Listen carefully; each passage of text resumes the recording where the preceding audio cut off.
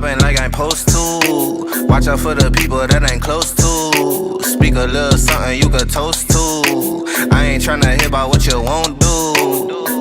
Moving like I'm into. Hit the ground running like the rent do. Speak a little something that you're into. I ain't tryna hear about what you been through. Like hold up, say what's the hold up. I got the pack, who got the roll up? I'm tryna pull up. It seem like every time I show up, it gotta go up. See the drip, they see the glow up. Oh now they know us. See it's funny how my pockets out of shape, but I fit for the flex. Clear the phone call, hit my chick with a text. Parlay through the bird with my drip from the jets. Save a couple hundred by your with the rest. I prefer my reefer with Henny and Coke. Please don't be stingy, got plenty to smoke. Show up and act up and back to the crib. I do not stun, I just rap what I live. Seem like they doing the most for the clout. Did what I said so they know what I'm about. Show up and act up and back to the crib. I do not stun, I just rap what I live. Ayy, winning like I ought to. I ain't wanna do it, but I got to. Smoking what my doctor told me not to. Got these wishing they was hot too. Ballin' like I need to. Got my exes wishing for a redo. Smell the marijuana when I speed through. Hit her with a tip, that's a preview. Hold up, wait up, get your weight up. Shit, get your money, not your hater. Boy, draw a play up. I flip my wrist, a layup. She wanna lay up. I gotta get it, I must stay up. I'm all the way up, I got my pay up. I ain't playing with you, I'm a coach now. Commentating, do the most now. I be somewhere booted with my toes down. Made little baby tooted with her nose down. I prefer my reefer with Henny and Coke. Please don't be stingy, got plenty to smoke. Show up and act up and back to the crib. I do not stun, I just rap what I live. Seem like they doing the most for the clout. Did what I said so they know what I'm about. Show up and act up and back to the crib. I do not stun, I just rap what I live.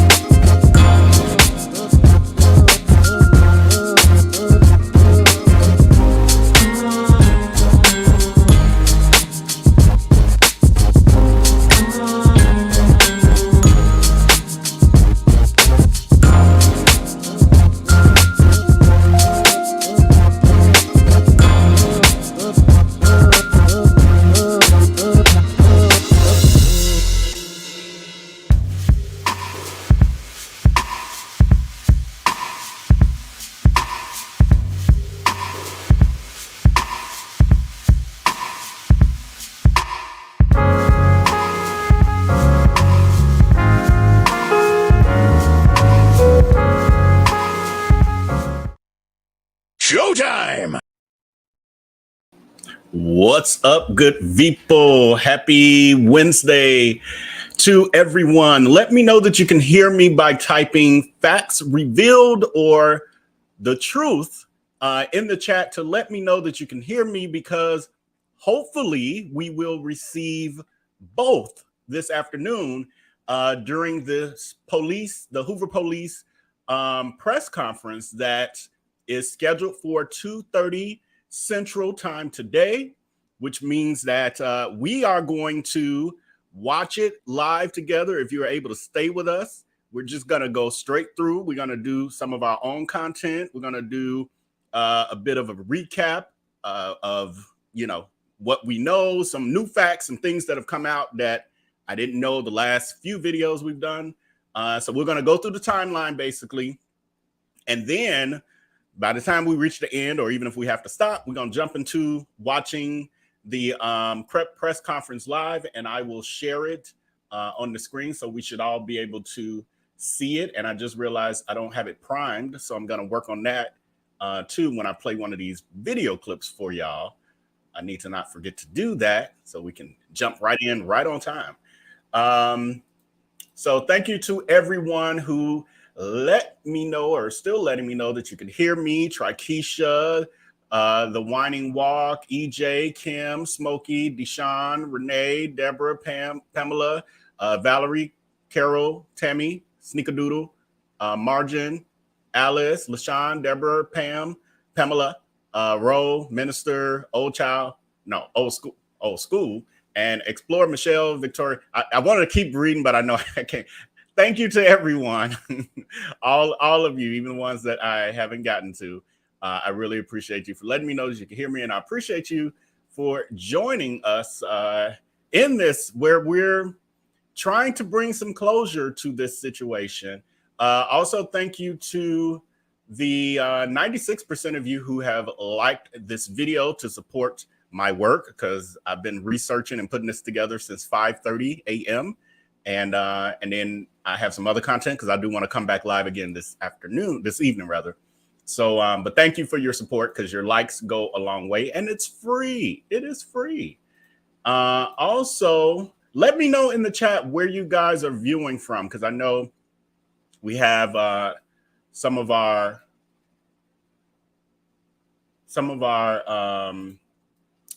people in here who've been with us, a long time. And then we have some newer people as well. So I want you guys to get to know each other. Let me know where you're viewing from. And also let me know in that poll if you are new to viewing this channel. I'm just curious who's new. And so basically what we're going to do is there have been some new developments. There's been some things that I've been able to, that I've run into even as of last night. Well, no, I'm sorry. As of this morning, things happened last night that I wasn't aware of, even when we were live. We were live about another topic, but the police issued a statement giving pretty much a concise update of where they are in that moment. And then they said that basically today in the press conference, they're going to be sharing with us some things that they had not been able to share. So I'm going to read the statement, which is pretty informative. Like I said, we're going to recap the events. Carlee's mom has also made an additional statement to what we saw on the Today Show clip and her previous statements. There's another statement that's out there. So I'm going to read that. And then also Carlee's employer at the Woodhouse Spa, where the job she left, that was the last place she was at. Well, no, that wasn't the last place she was at, but that was what she was leaving from. She had worked that evening, and her employer has also put out a statement. So it's a lot. And you know, something that might seem insignificant to a person, if this was, just something they made up and they're like, oh, I'm going to get back at a boyfriend or get back at my family. And then they don't realize the implication, the domino effect of all of the people that it affects. But we're really seeing how, we're all tied together in a way, or how wide a person's reach can be even when they don't see it. So then, we'll read some of your comments as well. So we have, good, thank God. We have Alice, Blessed Child of God, and Kim Yaka, and also Precious G in the background. They are my background singers for this live chat. So they are moderating, and they'll be starring some of your questions, and I'll read them once I'm done going through our overview. And then after the press conference, we'll talk a little bit about that before we close out. And then during it, we could chat. Well, y'all can chat during it. I won't interrupt. Yeah, that's what we're going to talk about. So let's see. 21% of you are new to this channel. So welcome to the 21% of you. I hope that means that we have 21% new subscribers. Greatly appreciate it in advance if you haven't already. This is a great place to be. We're purpose driven. We do welcome Real Life with Mama Kim. Welcome to the VPO community. We do deep dives, and we do it with a little bit of shenanigans, but depending on the topic, etc. So welcome. So I'm gonna start this off with another quick poll, while I'm going through the beginning of this, which is, do you think that we're finally going to get the full story from the Hoover police press conference this afternoon? Do you believe that this is finally what we've been waiting for, what was said when she was found, and they were like, give them time, let them rest up, and then we're gonna come to y'all, later in the week with a press conference and pretty much let you know what happened. And we've seen people coming out and saying things, we've seen statements, but there's still a lot of unanswered questions. But yeah, let me know if you think that we will get that. So let's get into a few details, and I'm pretty sure that some of you will need a refresher to pull up these developing details and pull it all together and make it make sense, because it's been a lot. And you got the rumors with the pieces of the truth, and then literally every day there's been something new happening with this. So it's kind of like, today I tried to make it as concise as possible. So we'll see how we do. And so the Hoover, as I said before, the Hoover Police Department released new details in their investigation of what happened between Carlee Russell's disappearance last Thursday night, July 13th, and her return home on Saturday night, July 15th.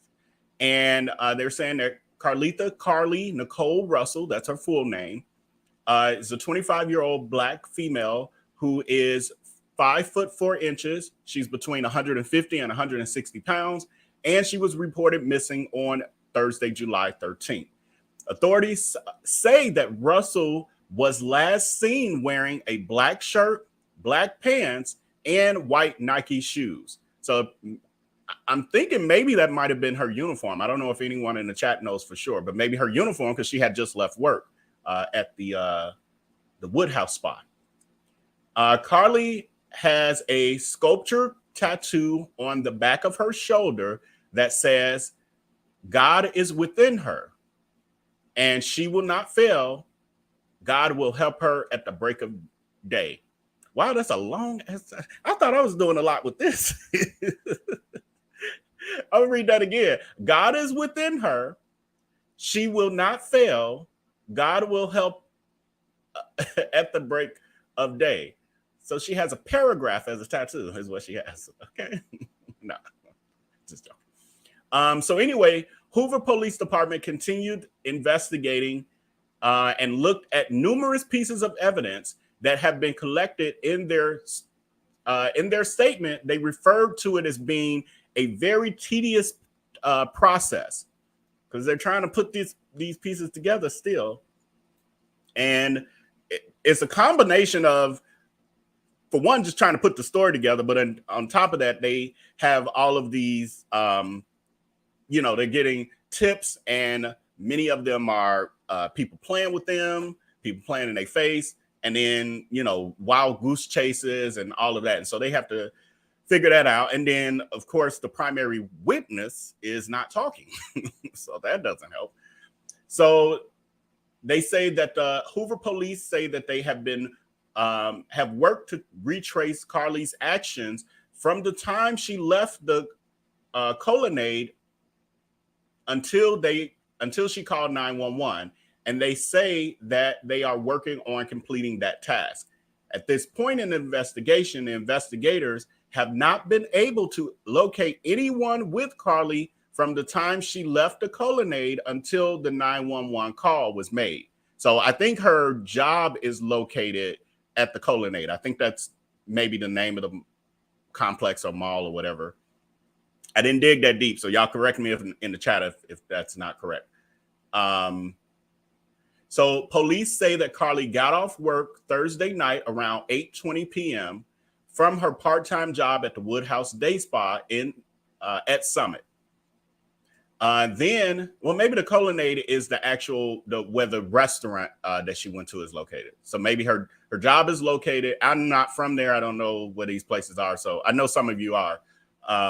But if you can say maybe even how far this is, but they're saying that her job was at the Summit. I'm assuming the Summit. Okay, it's a mall. I see Missy T. Thank you. So it's a mall. So is the colonnade a mall and the Summit is a mall? So like she worked at the Woodhouse Day Spa at the Summit. Is that a mall? And then on top of that, then she went to the colonnade. Is that a mall or a strip mall or? Yeah, I see that, Martha Hart. We're going to get to that as well. Then it is believed that she stopped to pick up food from a Mediterranean restaurant at the colonnade before traveling towards Hoover on I-459, where she stopped near mile marker 11 between the Galleria flyover and exit 10. Carlee's mom, Talitha Russell, said that the last time she spoke with her daughter, Carlee, was around 9:18 p.m. Thursday night when she left Tzatziki after picking up food and was heading home. So the Mediterranean restaurant's name is Tzatziki, if I'm pronouncing it correctly. And that's where Carlee's mom in the press conference had said Carlee told her basically they messed up the order or something and they gave her additional food. And so she was going to give her mother that additional food when she got home. Her mom was like, she was excited about it, but she also it was heartwarming to her because her daughter was going to give her some of her food. And she said she knows how much her daughter loved her food. So she was going to give her a hug. That seemed a little odd because I'm getting vibes and I'm not trying to put stuff on this until we get the full story. But it just seems like you were excited because your daughter was going to give you something she got for free. So much so that you wanted to hug her. And then she's like, because I know how much she loves her food. So does that mean she never shares her food with you? So this was like a special occasion, which then starts to make me say this daughter who just graduated college recently, at least, and is in nursing school, has a part-time job and is driving around in a Mercedes-Benz that I'm sure she probably ain't paid for by herself.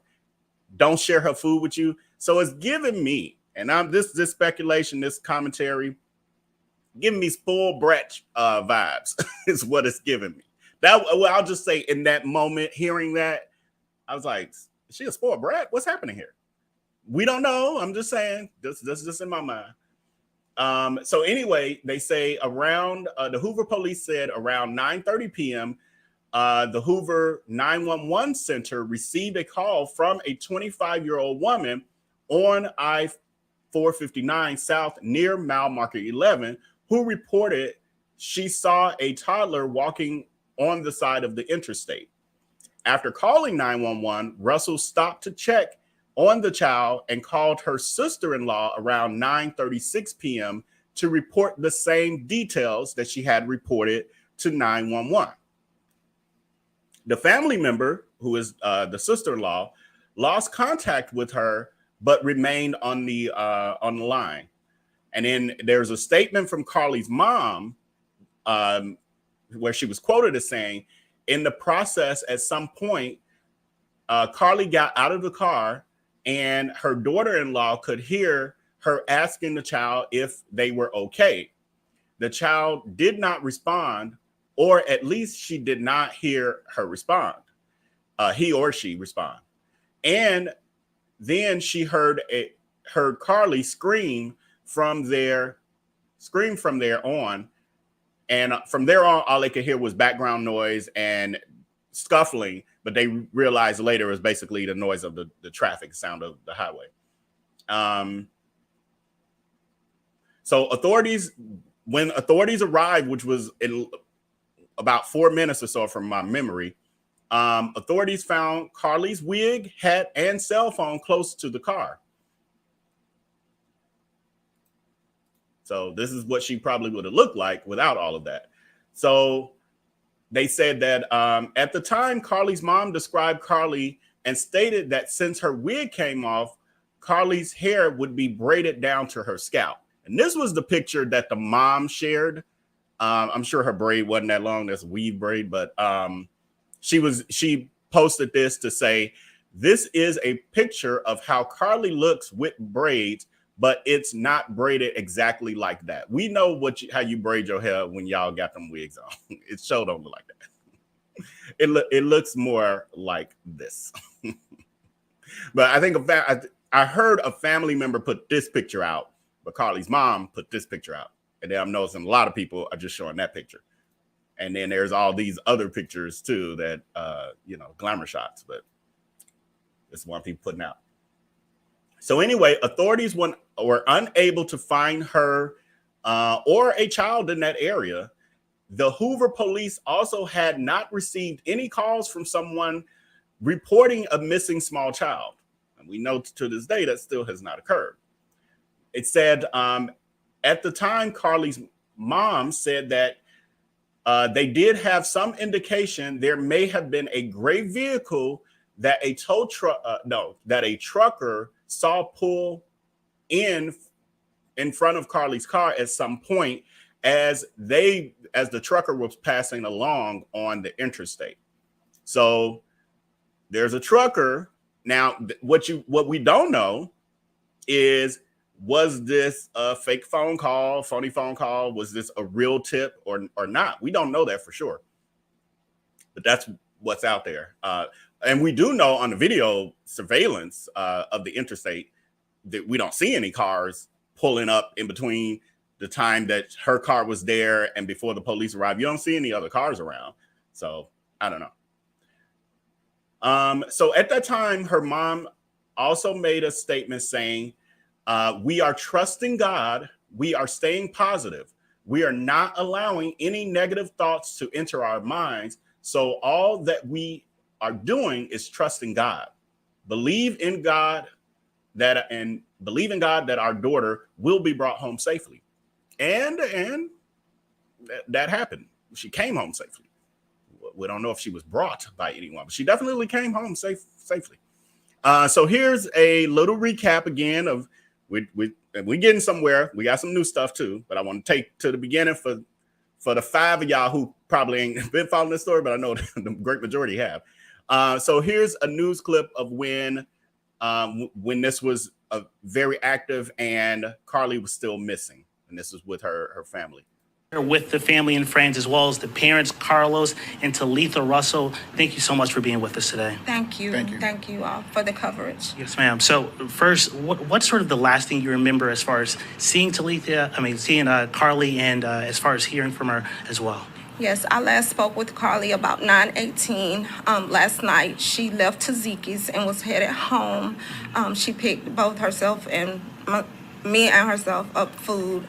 Then she talked with my daughter-in-law about 9:36. She told her she saw a child on 459 right before exit 10 that appeared to be 3 to 4 years old by themselves. She's pulled over. She called 911, but in the process, at some point, she got out the car. My daughter-in-law could hear her asking the child if they were okay. The child didn't respond, or at least she didn't hear her respond. He or she respond. And then she heard our daughter Carlee scream. And from there, all we could hear was noise, background noise in her phone, which we later found out was noise from the interstate. And so they have found her wig and her hat and her cell phone that were in close proximity to her car. So if anyone sees Carlee from the pictures that we have put out, just keep in mind, because her wig came off, her hair would be braided down to her scalp. So she won't have, long hair or anything like that is reflected on the picture. She pretty much has cheekbones like me. Pretty much our face is the same structure. So that's pretty much all the information we have. We do have some indication that there may have been a gray vehicle that a trucker saw that pulled in front of her car at some point as they were passing along the interstate. Okay. Yes, ma'am. And that's all the information or leads we have at this time. Yes. So I just ask everyone, if you would, pray. We are trusting God. We are staying positive. We are not allowing any negative thoughts to enter our minds. So all that we're doing is trusting God, believing God that our daughter will be brought home safely. Yes, ma'am. And you have a lot of support here, Yes, family and we friends thank as God well. for everyone that is supporting us and has been supporting us since they heard of her missing last night. So we're just eternally grateful. And again, We have more support coming. We want to continue to apply pressure to this thing. We don't want this to die down. We need this to blow up. So if anyone sees anything, no matter how minute, no matter how insignificant you think it is, please contact 911, contact us, and just keep us in your prayers. Absolutely. and we actually these people are here to help start a search party.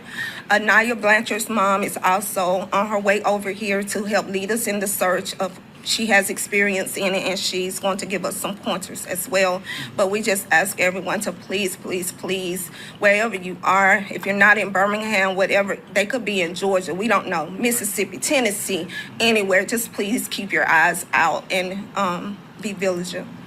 Absolutely. Absolutely. Mr. and Mrs. Russell, just thank you so much for your time, and we're definitely all praying for you all as well to help bring Carlee home. Thank you. Thank you. Reporting from the Hoover Met, John. So that again was the press conference that was held. That was right before they were officially starting the search party. And I know in the clip she mentioned that Angela Haley Harris was coming to support and lead the search party because she had experience with that. And that's the mother of Anaya Blanchard, who was unfortunately unalived in 2019, October of 2019, by a guy who kidnapped her and stole her car and all of these things. And unfortunately, she's not with us anymore from that. And so her mom has become an advocate and got pulled into this situation. So we actually have played the video of her doing a live, Facebook Live, talking about the aftermath of this situation.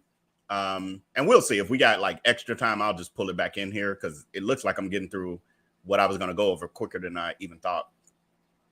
Okay, so we have that. And now we're moving towards, well, one of the things that was said is that there is no evidence that Carlee Russell, and this is from the Hoover Police. So they did make this statement. So they were saying that there is no evidence that Carlee Russell was followed after she ordered food from the Mediterranean restaurant at the Colonnade. And it appears that she was alone during that period, according to investigators. And this call still remains the only call of someone reporting a child on the interstate. And I know I hear from the people who are from there and experience with that interstate that it is a very busy interstate 24/7. And the likelihood of only one person seeing a child with all those people passing by is very unlikely. And so I've heard that and seen that a lot. The poll, I'm closing out this poll. The question was, do you think we'll finally get the full story from the Hoover Police press conference? 40% of you say yes, 60% of you say no. I'm probably with the 60%. They're not going to tell us everything. I really don't see that, but I do believe we're probably going to get some pieces that's going to solidify the direction of this one way or the other. I definitely feel that. So some of the new, some of the things among the new details, more recent, is police said that after Carlee left the Colonnade, which would be where she got the food from, the Mediterranean restaurant, on Thursday, she went to Target on Highway 280 and purchased snack food. And here's the key. So she left the Mediterranean restaurant, told her mama she's going to bring her this, extra food she got from them messing up her order.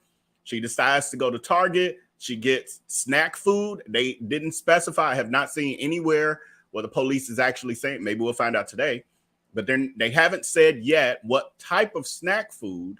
But what they are saying is that when they got to her car after she was missing, that, and they got surveillance cameras and stuff at Target, so I'm sure they know exactly what she purchased. Well, they said when they got to the car, that snack food was not in the car when they found it on the side of the road. What I'm not sure of, because they don't specify, is was the restaurant food, the Mediterranean food, was that, or did she take it all? Well, I'm sorry, or did the kidnapper take it all? Again, I'm entertaining all sides of this right now. For me, for those of you who are newer to this, I'm reasonable, but I'm staying impartial. My jury is still out until it's made official. I have thoughts though, but my jury is still out. So I'm going to treat it as though I'm going to speak on at times as though anything's still possible.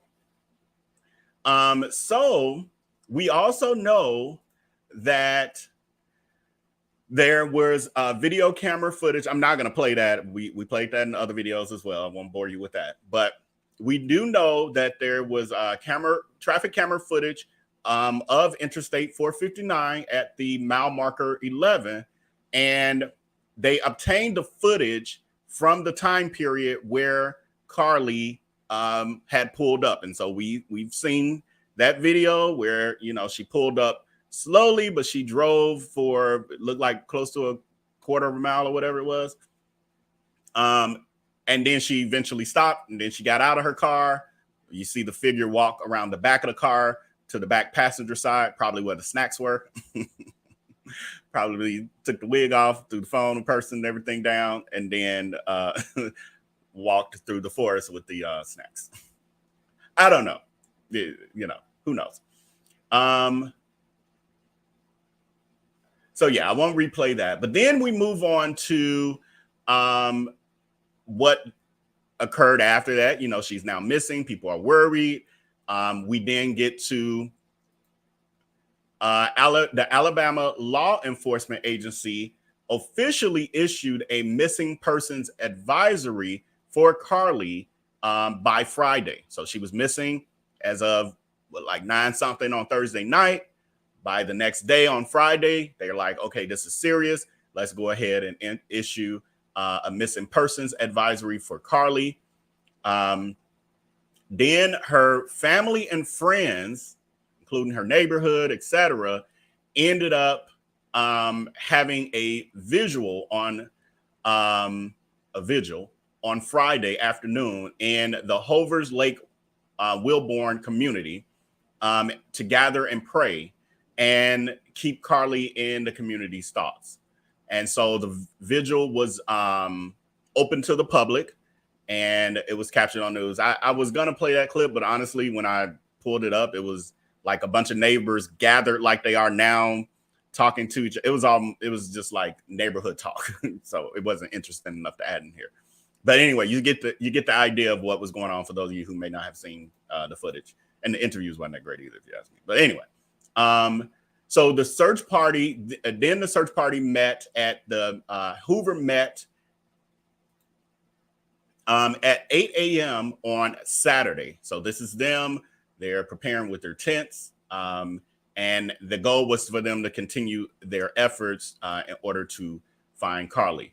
And then at that time, the family was saying that they were going to remain positive and, trust that that God was going to bring their daughter home safely. So also on Friday, the Hoover Police Department held their conference regarding the case of Carlee. And they shared the information that they had at the time. So we're going to take a peek at this. It was a longer news conference, but I'm going to play the meat of it. I edited it down. I'm going to play the meat of it. And then there's a couple interesting questions from some of the reporters, and I kept those in. So let's take a look at that. And then I'm going to go off camera for a minute, but I'll be right back. Good afternoon. Thank you all for helping us get this story out today. I want to relay some of the facts as we know them so far and a few additional details that we've been able to uncover in this case. On July the 13th at approximately 9:34 p.m., the Hoover 911 Center received a call from a 25-year-old female on I-459 southbound near mile marker 11. She reported that she saw a toddler walking on the side of the interstate. After calling 911, the caller stopped to check on the child and also called a family member to report the same details. The family member lost contact with the caller, but the line remained open. Police officers who were already en route to the location of the initial 911 call located the female's vehicle as well as some of her belongings at the scene. They were unable to find her or a child in the area, and Hoover Police have not received any additional calls of someone missing a small child. Detectives are currently investigating these incidents and are requesting the public's assistance to help locate Carlee Nicole Russell. She's described as a 25-year-old black female who is 5'4", 150 to 160 pounds. She was last seen wearing a black shirt, black pants, and white Nike tennis shoes.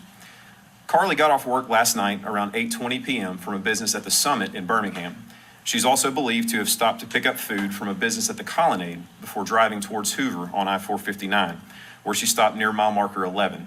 That location is between the Galleria flyover and exit 10 for Highway 150. A single witness has reported possibly seeing a gray vehicle with a light-complected male standing outside of Carlee's vehicle, but we have no further information on that individual or the vehicle at this time. No piece of information is too small in this investigation. If you have any information, please contact Detective Brad Fountain. You can also call Crime Stoppers of Metro Alabama at 205-254-7777 if you wish to remain anonymous. An anonymous donor has offered $20,000 for the safe return of Carlee Russell, in addition to $5,000 offered by Crime Stoppers. Again, you can call Crime Stoppers if you wish to remain anonymous, or you can call either of the investigators whose numbers I provided. The Hoover Police Department is currently partnering with many of our local, state, and federal partners in this investigation, and we're very grateful for the outpouring of support from our local community as well as the law enforcement community. We will continue to provide periodic updates as we have them, and we utilize our Twitter account at Hoover PD to release any pertinent information to the public. We would also ask the community to keep the Russell family in your thoughts and prayers during this very difficult time. At this time, I'll take a few questions. Do you believe that she was taken by someone perhaps when she pulled her car off? We currently are investigating every possibility in this case. We're certainly leaving nothing off the table. Was her car door left open? I don't know the answer to that. And is there any mentality that this child might have been bait, or if there ever was a child? You said there's no missing persons cases for children. Again, with all of those details, we're leaving nothing off the table and no stone unturned in investigating some of these facts. Have you had any sightings of Carlee Russell? We don't know. Again, when we get a tip, we investigate that and follow up to the best of our ability. Do we know if Carlee had hung up or did the dispatcher hang up when you guys had got that initial call? Carlee was actually on the phone with a family member when the call was terminated. However, the phone line remained open and we followed up from there. But she had called 911, correct? Yes. So how did that 911 call in? I'm not sure. Is there a way we could get the 911 call? I don't have that at this time to provide to you. Family members said that they heard her scream before the line was left open. Have you guys heard that in your investigation so far? The family has relayed everything that they are aware of to us, and again, we're following up with any information that we're provided. When police arrived at the scene on Thursday night, was her car running and was her phone located there at that location? We did locate her cell phone at the scene. We're currently analyzing that phone to see if there's any information on there that could help us. As far as the condition of the vehicle, I'm not aware. Have you ever had a stranger abduction in Hoover? I would have to check our records for that. How common are they? Again, each case is unique, and this case is certainly a unique instance in our city, and we're doing everything we can to solve it.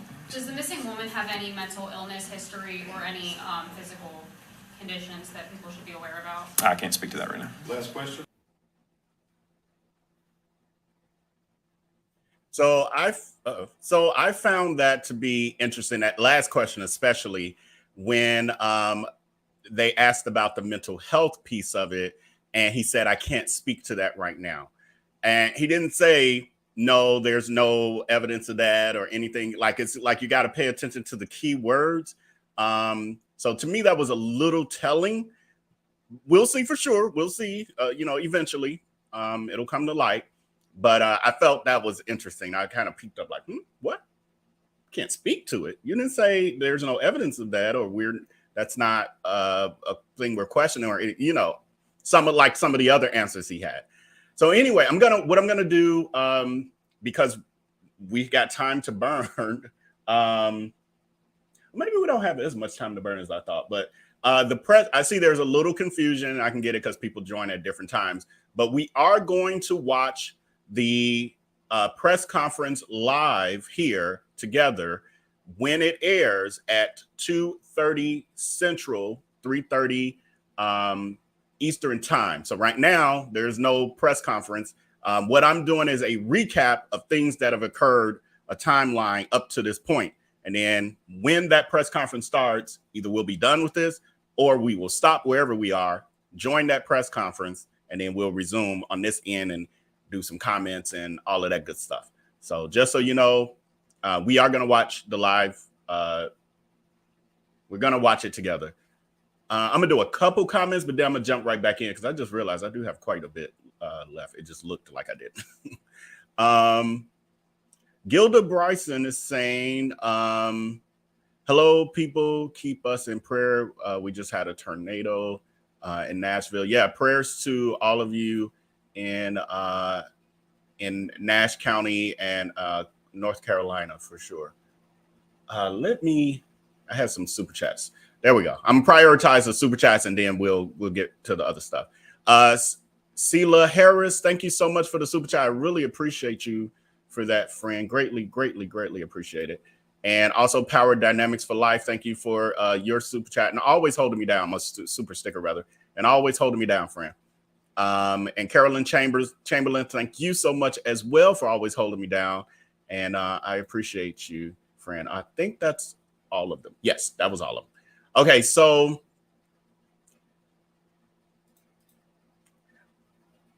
what was I? Give me a minute. Where did I lost my spot? Moving all over the place. So after the press conference, we do know that Carlee, ended up being found or found herself. And so according to a press release from the Hoover Police Department at 10:44 p.m. on July 15th, the Hoover 911 Center received a call from Carlee's residence that she had returned home on foot. The Hoover police and fire responded to the residence where Carlee was located. She was immediately transported by the Hoover Fire Department to UAB Hospital to be evaluated and was treated and released. Detectives responded to the residence and to UAB to take initial statements from Carlee. So they went to her house and was like, hey, what can you tell us? We're on a manhunt. We got to find who did this to you. And whatever happened, they obviously didn't get enough information because then they also went to the hospital with her and they were asking questions. And obviously they still didn't get enough information because then the family was like, she needs to heal. She needs to rest. Give us time. And the police, the chief of police was like, you know, we're going to give them time. And when the family's ready, we'll then talk to them, blah, blah, blah. And it's like, is there somebody out there? Like, what about the public safety? But that, you know, that's where they are. So they said the details of that statement are a part of the ongoing investigation, which is expected to continue over the next few days. So they did get some level of a statement from her, and they did say that it is a part of the ongoing investigation. I would just guess that whatever information they were given didn't give them a sense of urgency, is what I gather to this, which to me says a lot. But anyway, during the initial portion of the investigation, detectives were able to retrace nearly all of Carlee's steps until the point she went missing, and are confident that that will continue to be the case. Traffic, we talked about the traffic camera footage is still being analyzed as a part of the investigation in conjunction with the 911 call to accurately determine the time frame of events. So I'm sure they're looking at time frame before she even arrived there to say, hey, did we see a child just wandering around? And then they're looking at, you know, after the fact, or, you know, zooming in to see where did she go? How could she have disappeared? Is it possible to walk off of that interstate? That's an interesting question for those of you who do know. Is it possible to walk off of the interstate from that point? Like what they did say was near exit too, right? It's near exit 10, I think I read. So would you have to walk on the highway towards that exit? Or could you walk through, you know, the bushes or something and walk down to the street below or something? I'm very curious about that part of it. Like, how would a person get off of that interstate without driving if they have to walk? What would be their path? Anyway, the 911 call that Carlee made remains the only timely report of a child on 459. So still to this point, she is still the only call out of thousands of vehicles that drove past during that time frame. So one of the new details regarding the return of Carlee Russell is they were quoted as saying, since the time of the 911 call at 9:34 p.m. on July 13th, the Hoover Police Department has expended every available resource into locating Carlee, and they were celebrating with the Russell family on her safe return at approximately 10:44 p.m. on July 15th, as we talked about. So the police did also clarify that there is no evidence supporting the initial report of a toddler walking on the interstate. So they've said that multiple times in different ways, and I still hear people saying, where the baby? But what about the baby? And I'm like, they have said constantly, there was no baby. There was no baby. Nobody has reported a baby missing. Don't worry about the baby. The baby don't exist. In real life, it may exist to Carlee, though. We don't know. We don't know. It may have truly existed to her. We don't know that yet. But in real life, in physical form, there is no baby. Don't worry about the baby because it don't exist. Put your attention on a baby that does exist, because the one in this story didn't. All right. So they say that the other piece of this is, and I'm sure some of you have heard this, many of you probably have heard this, surveillance video from Carlee's neighborhood shows her walking alone down a sidewalk before reaching her home. So when she returned home on Saturday night at 10:44 p.m., or when the call was made, she walked through her neighborhood to get home. So that means that people's Ring cameras or doorbell cameras of, you know, different brands were picking her up, surveillance cameras, etc. So they saw her walking home. Now, what I saw was, and I'm going to play this too, because I keep saying we got time, but we kind of don't. But I heard that somebody was saying she walked calmly until she got into a certain point, and then she started flailing her arms and kind of, you know, acting erratic as she got closer to her house. I don't know if that's true at all because, you know, there's rumors all over the place, but I did hear that.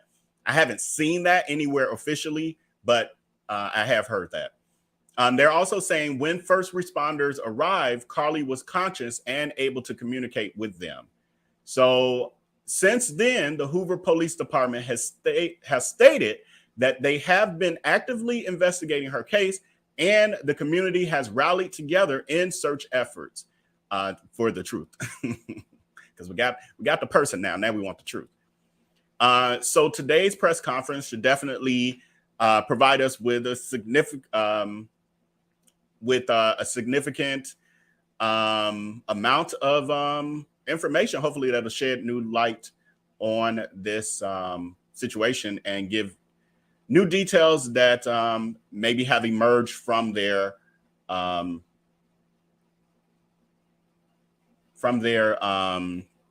investigation. And okay, so now I'm going to move to the most recent statement from the Hoover Police Department. Now, this statement is written, and then today, of course, we're going to hear the verbal press conference in 39 minutes. So let me put this up. So as of yesterday, the Hoover Police Department posted this on their social media platforms, and this was yesterday evening. And what was that today? I don't know. But anyway, so they said, no, press conference scheduled for 2:30 p.m. Central today due to space limitations. This is open to credentialed media only, as HPD will live stream on our Facebook page for your convenience. So that's where we'll be watching it from. You don't have to go on your Facebook. And if you're not on Facebook, you don't have to worry about it because we're going to watch it over here through my Facebook. But when they're saying that it's just for those of you who may not be clear on it, they're saying that the space is limited and it's only for credentialed media only. What they're basically saying is they don't want a bunch of bloggers there. They want, you know, the national news stations and all of that because you got to be credentialed.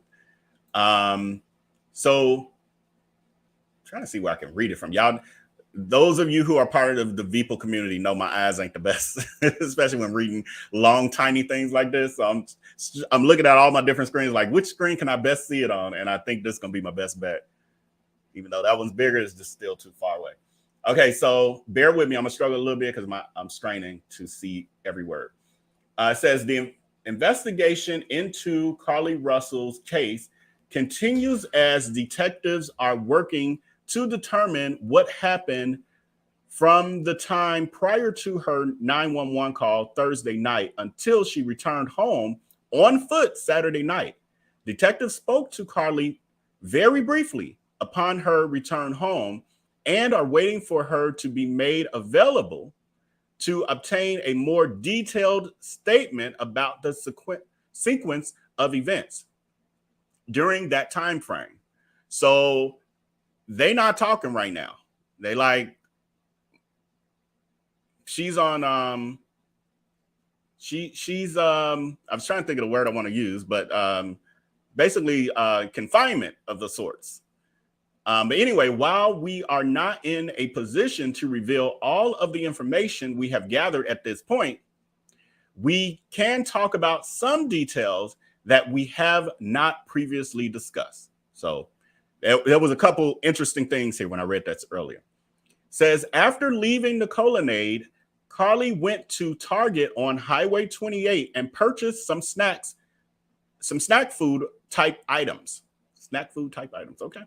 These items were not located in the vehicle or with her cell phone and wig at the scene of her disappearance.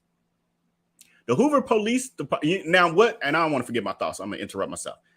What I thought about with the wig earlier today, as I was pulling this stuff together for y'all, is people have assumed that because the wig was not on her head and there was a wig left behind, that she was walking around with the braids. But consider, because I've seen women switch wigs within a day, like bring two wigs with them and one is they, work wig, and one is the after hours party wig. So I was wondering, because the assumption is that she walked around bald headed, and ain't no way she would have, took off a good wig to walk around bald headed. However, and this speculation, this ain't real. Just in my crazy brain. What if she just switched from her work wig to her party wig? Just something to think about. Because I was like, we keep saying she was walking around bald head, but maybe she wasn't. Maybe she wasn't. Anyway, the Hoover Police Department has not located any evidence of a toddler walking down the interstate, nor did we receive any additional calls about a toddler walking down the interstate, despite numerous vehicles passing through the area as depicted by the traffic camera surveillance video. So they like, leave this baby thing alone, this little toddler, because it don't exist. Because for one, we got footage. For two, only one person said that out of tens of thousands who drove down that same road during that same time. So they're like, let that go. It's not real.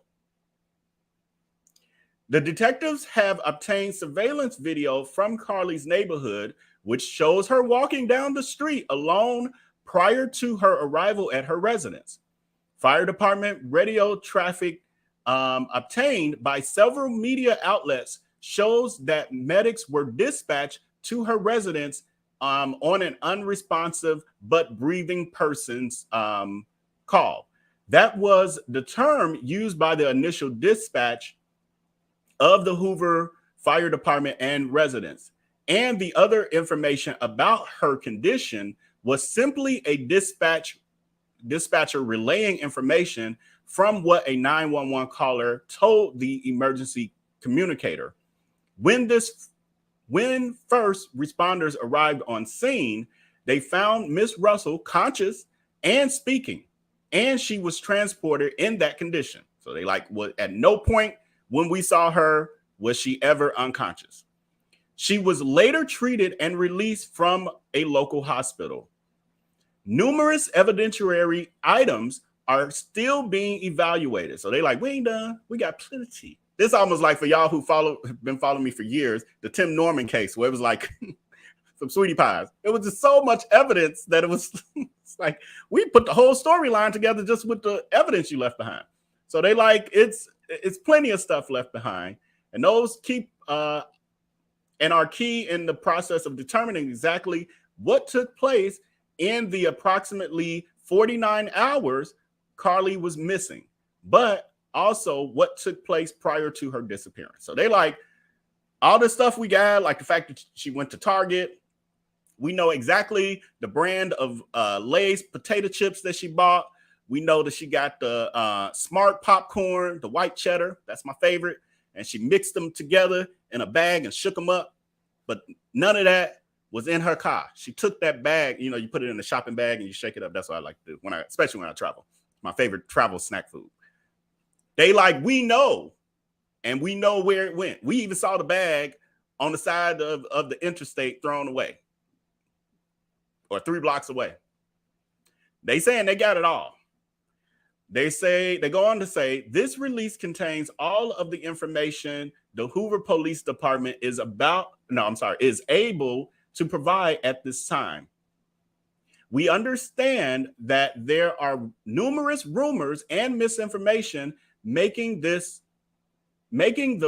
rounds in both social media and traditional media. While we understand the public interest in this incident, we must maintain the integrity of the case. Thus, we are limited to what information or statements we can release or confirm at this time. The Hoover Police Department will hold a press conference tomorrow, at which time we will be able to release additional information. The press conference will take place, and they give the information. We don't need that. We here. We in the comfort of our own spaces, and we're going to watch it online. But it's at 2:30 p.m. It's in 30 minutes. 30 minutes. So let me go ahead and get to it. I believe that they're going to be giving us some information and more, because they kind of giving more and more. And what maybe I'll play it after the fact, after we get done, after the press conference or whatever. But I don't know. I I'll just do a poll. How many of you, have you heard the, what was it, a 911 call? Dispatcher call. I'll just put 911 call. Once Carlee returned home. I'm just curious. It depends on how many of you who actually have heard it, because we played it in our last video. I think it was our last one, where we actually played the 911 call. And I was saying I wasn't really leaning towards it being her because they gave no specifics. And so they reported that there was a lady found unconscious. Unconscious but breathing.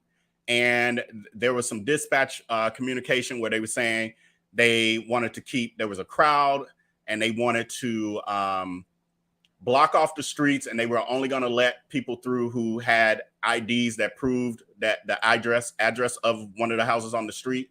And because there were just like no real details, I was like, well, that could be anybody. Well, now the police is saying, no, that actually was the dispatch communication regarding Carlee. The thing was, whoever made the initial 911 call gave misinformation and said that she was unconscious but breathing when she was, was fully alert, as they said, fully conscious, as they said, when they got there, and, when they transported her to the hospital, et cetera, et cetera, et cetera. So, interesting. 73% of you have not, wait, let me make sure how I wrote it. Have not heard it. So yeah, I got to remind me if I forget to pull it in, but I'm going to pull it in. I'll pull it in now. Let me pull it in now. Can I find it quick enough though? I think I know exactly where it's at. Give me a minute. Talk amongst yourselves. Why make you wait? Because I'll probably forget. I know I'll forget. Oh, it's not that video. Was it this one? Yep, it's this one. Is it? Yep. Look at God. Look how quick I found it. 11 respond 2029 nominally passed. Unresponsive female. 2011 rescue 11 nominally passed. Adult female unresponsive is breathing. Police are en route. Stage 4 police. Engine 5 responding. Engine 5 responding. 426. 2644. My apologies. Are you clear for traffic? 10-4. Homeowner declaring it at the time, and you said please advise. 10-4. 111 rescue 11 respond. 11 rescue 11 responding. 34. I sent you a 77 Ridge Crossing Department. That was advised. I'll be on service November 2247. 13. See if they can provide a vehicle description as well. Yeah, we're trying to get further. 32. All right, well, 34 to 77. 29 nominally passed. Police are en route. Unresponsive female is breathing. 17. 717 confirming you're in service. And 4 Charlie on backup. 717 2248. 35. I'm out with 52. 2248. 38. I'm 23. Be advised, we've got a large crowd out here in the street. 2011 on scene staging. 2011 be not only passed. 2011 be advised. Scene of security can go in. Rescue with us. Gentlemen. 40. Show me 23. Gentlemen. 29 not only passed. Police are en route. Unresponsive female is breathing. 17. 717 confirming you're in service. And 4 Charlie on backup. 717 2248. 35. I'm out with 52. 2248. 38. I'm 23. Be advised, we've got a large crowd out here in the street.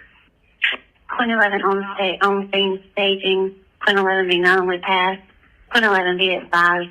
Scene of security can go in. Receive. Agent 5 is on scene. Huckleberry Command. Agent 5 on scene. Huckleberry Command. 40 to 512. 12. Hey, we should have all the family members that were here on the front porch. Not only passed. Will you call X-Ray 103? Have her call me, please. Gentlemen. 11. Get her to come over here and just have her call me, okay? Gentlemen. Well, what time did we get this call? Came in at 2244. 35. I'm on the scene. And Carla. If one patient en route to UAB by Rescue 11 with additional medic, only command terminated. That's the UAV with additional medic. Command terminated. Control, I can use one more just for an extra body over here. 42305. X-Ray 12010 en route to UAB. All units be advised, who are doing traffic on Nunnally, unless they have on their ID that address for that street, do not let them through for 13. 904. 904. Normally, traffic control. 10-4. Rescue 11 out of UAV. I'm not UAV. 538, be advised, 423. I'm going to be without radio inside. Can I have my traffic unit switch to 5 with me? 13. I got a heavy traffic unit and they cut off at the end. I need my unit there on traffic. Switch to 12 with me. 10-4. All traffic control units switch to channel 12. 13. Currently, we have 34, 32, 904, and 40 at that location. 38 at the hospital. We have nothing holding though, correct? Tell them the unit to take care of whatever we have. Cool. Thank you. Rescue 11 is complete UAV. 11 complete UAV. X-ray 122. Show me out at 2029 only. Spoke with the individuals. They're heading in for the night cleaning up. Yeah. All right, so that was the dispatch communication after Carlee arrived home on foot, and someone said it in the chat, and I couldn't pull it on the screen, couldn't find it to pull on the screen. But someone said unresponsive. Oh, I see another. I see Valerie Lynn Trapp saying unresponsive does not necessarily mean unconscious. And thank y'all for that, because I was on a one-track mind until I saw it was a different person I saw originally say that. So that's true. And so maybe that's kind of where some of the miscommunication came, because what I started to think about, if you think in terms of unresponsive, if someone is having a mental health situation, or pretending, but if they're having a mental health situation, and some of us probably have experienced that, where you can't get their attention, like they won't tap in with you, they're not responding to anything you're saying, they're just there, staring blankly or something like that. And so that could have been what the 911 caller was saying, like, she's unresponsive, she's not responding to us. And then they like, but is she breathing? Yeah, she's breathing, but maybe they meant, somebody, who is this? Paul Revere saying, ignoring people. Maybe she was ignoring all of the signs. KC Love is saying, I wonder what they mean when they say unresponsive rather. I think it means she's just not responding, speaking. Yes, I think we're on the same page with that. Again, we gotta do some guessing around here, but I think we're on the same page with that. I'm feeling the same way now. At first, I was only thinking unconscious. Hey, Missy Parker. God, my words are getting all jumbled up there. Thank you so much for the super chat, friend. I appreciate you. You say, I saw footage that appeared as if Carlee got out of the car and went to her back passenger seat, grabbed a flashlight, and went in a wooded area. Now, we do know that part is clear, that she definitely got out of her car. She walked around the back to the back passenger side. But then the other part, I haven't heard anything about the flashlight and all of that. But again, that's a possible scenario. But she definitely did walk. That's crazy. Okay. Jesus. When we really find out what happened, Jesus. Power Dynamic for Live. Thank you again, friend. Your realness is fully credentialed, Vail. Thank you so much for that. Thank you for the love. Thank you for the love. So as we see here, the police are still eagerly awaiting the opportunity to conduct the second interview with Carlee, where they could really get some information to work with. And it's definitely a crucial step in the investigation that would provide, more insight into her disappearance and hopefully close this case. But my question that I put in the poll is, do you think that Carlee and her family have lawyered up and will not ever participate in this second interview until she's on the witness stand? And probably not even then, because if you're, a defendant in a trial, you don't have to get on the witness stand. So will she never do any interviews about this? And 88% of you think that her and her family have lawyered up and therefore they will not say another mumbling word in regards to the particulars of her missing. Now, her mom is saying things, but her mom, I saw somebody say that they feel like the mom is in denial. I mentioned that yesterday in our video about this, where God knows I don't wish nothing on this family or nothing. I'm hoping they heal and all of that. It is what it is. We're in this space. I'm still going to report on it. But I feel sorry for the mom, and I do not feel like the mom is purposefully being deceptive, but I do believe that there could be a high level of denial, which probably ain't started with this situation, when it comes to her daughter, and she's taking everything that's being said at face value, no matter what all the evidence is saying.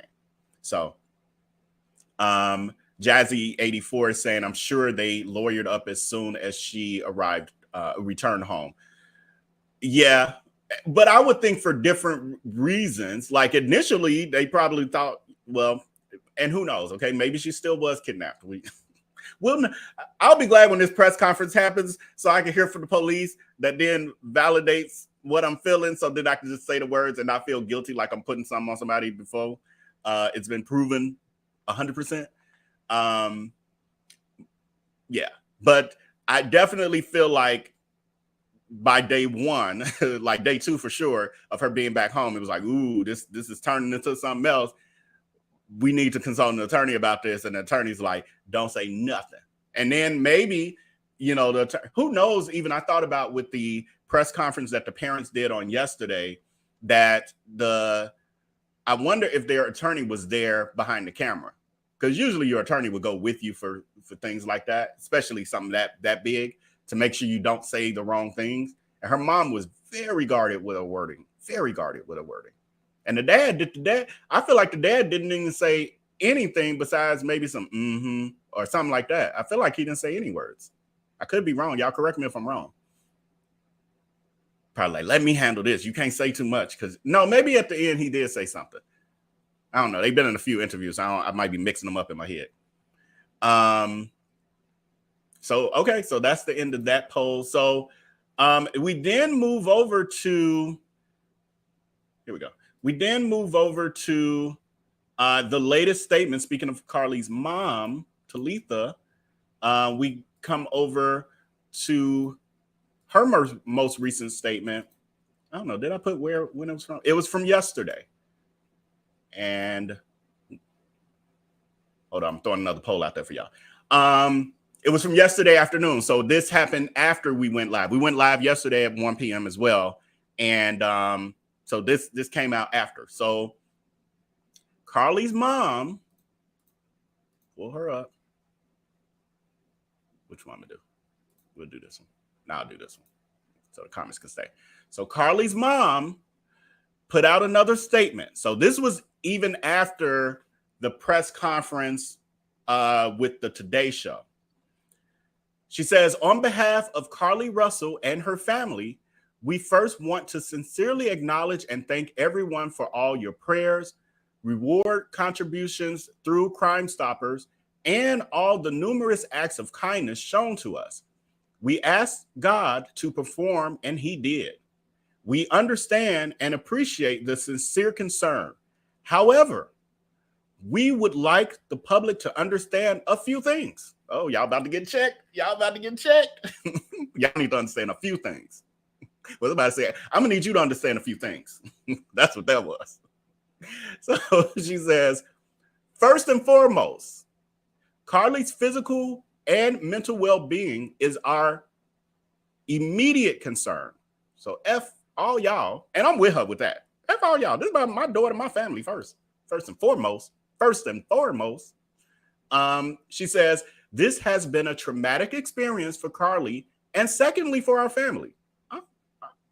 The question is, was it traumatic when things were happening, like she was missing, or did it become traumatic when she walked home and was like, oh, God dang, this guy, what happened? This wasn't supposed to do this. It's traumatic, though, nonetheless. There is some trauma involved in this. Definitely.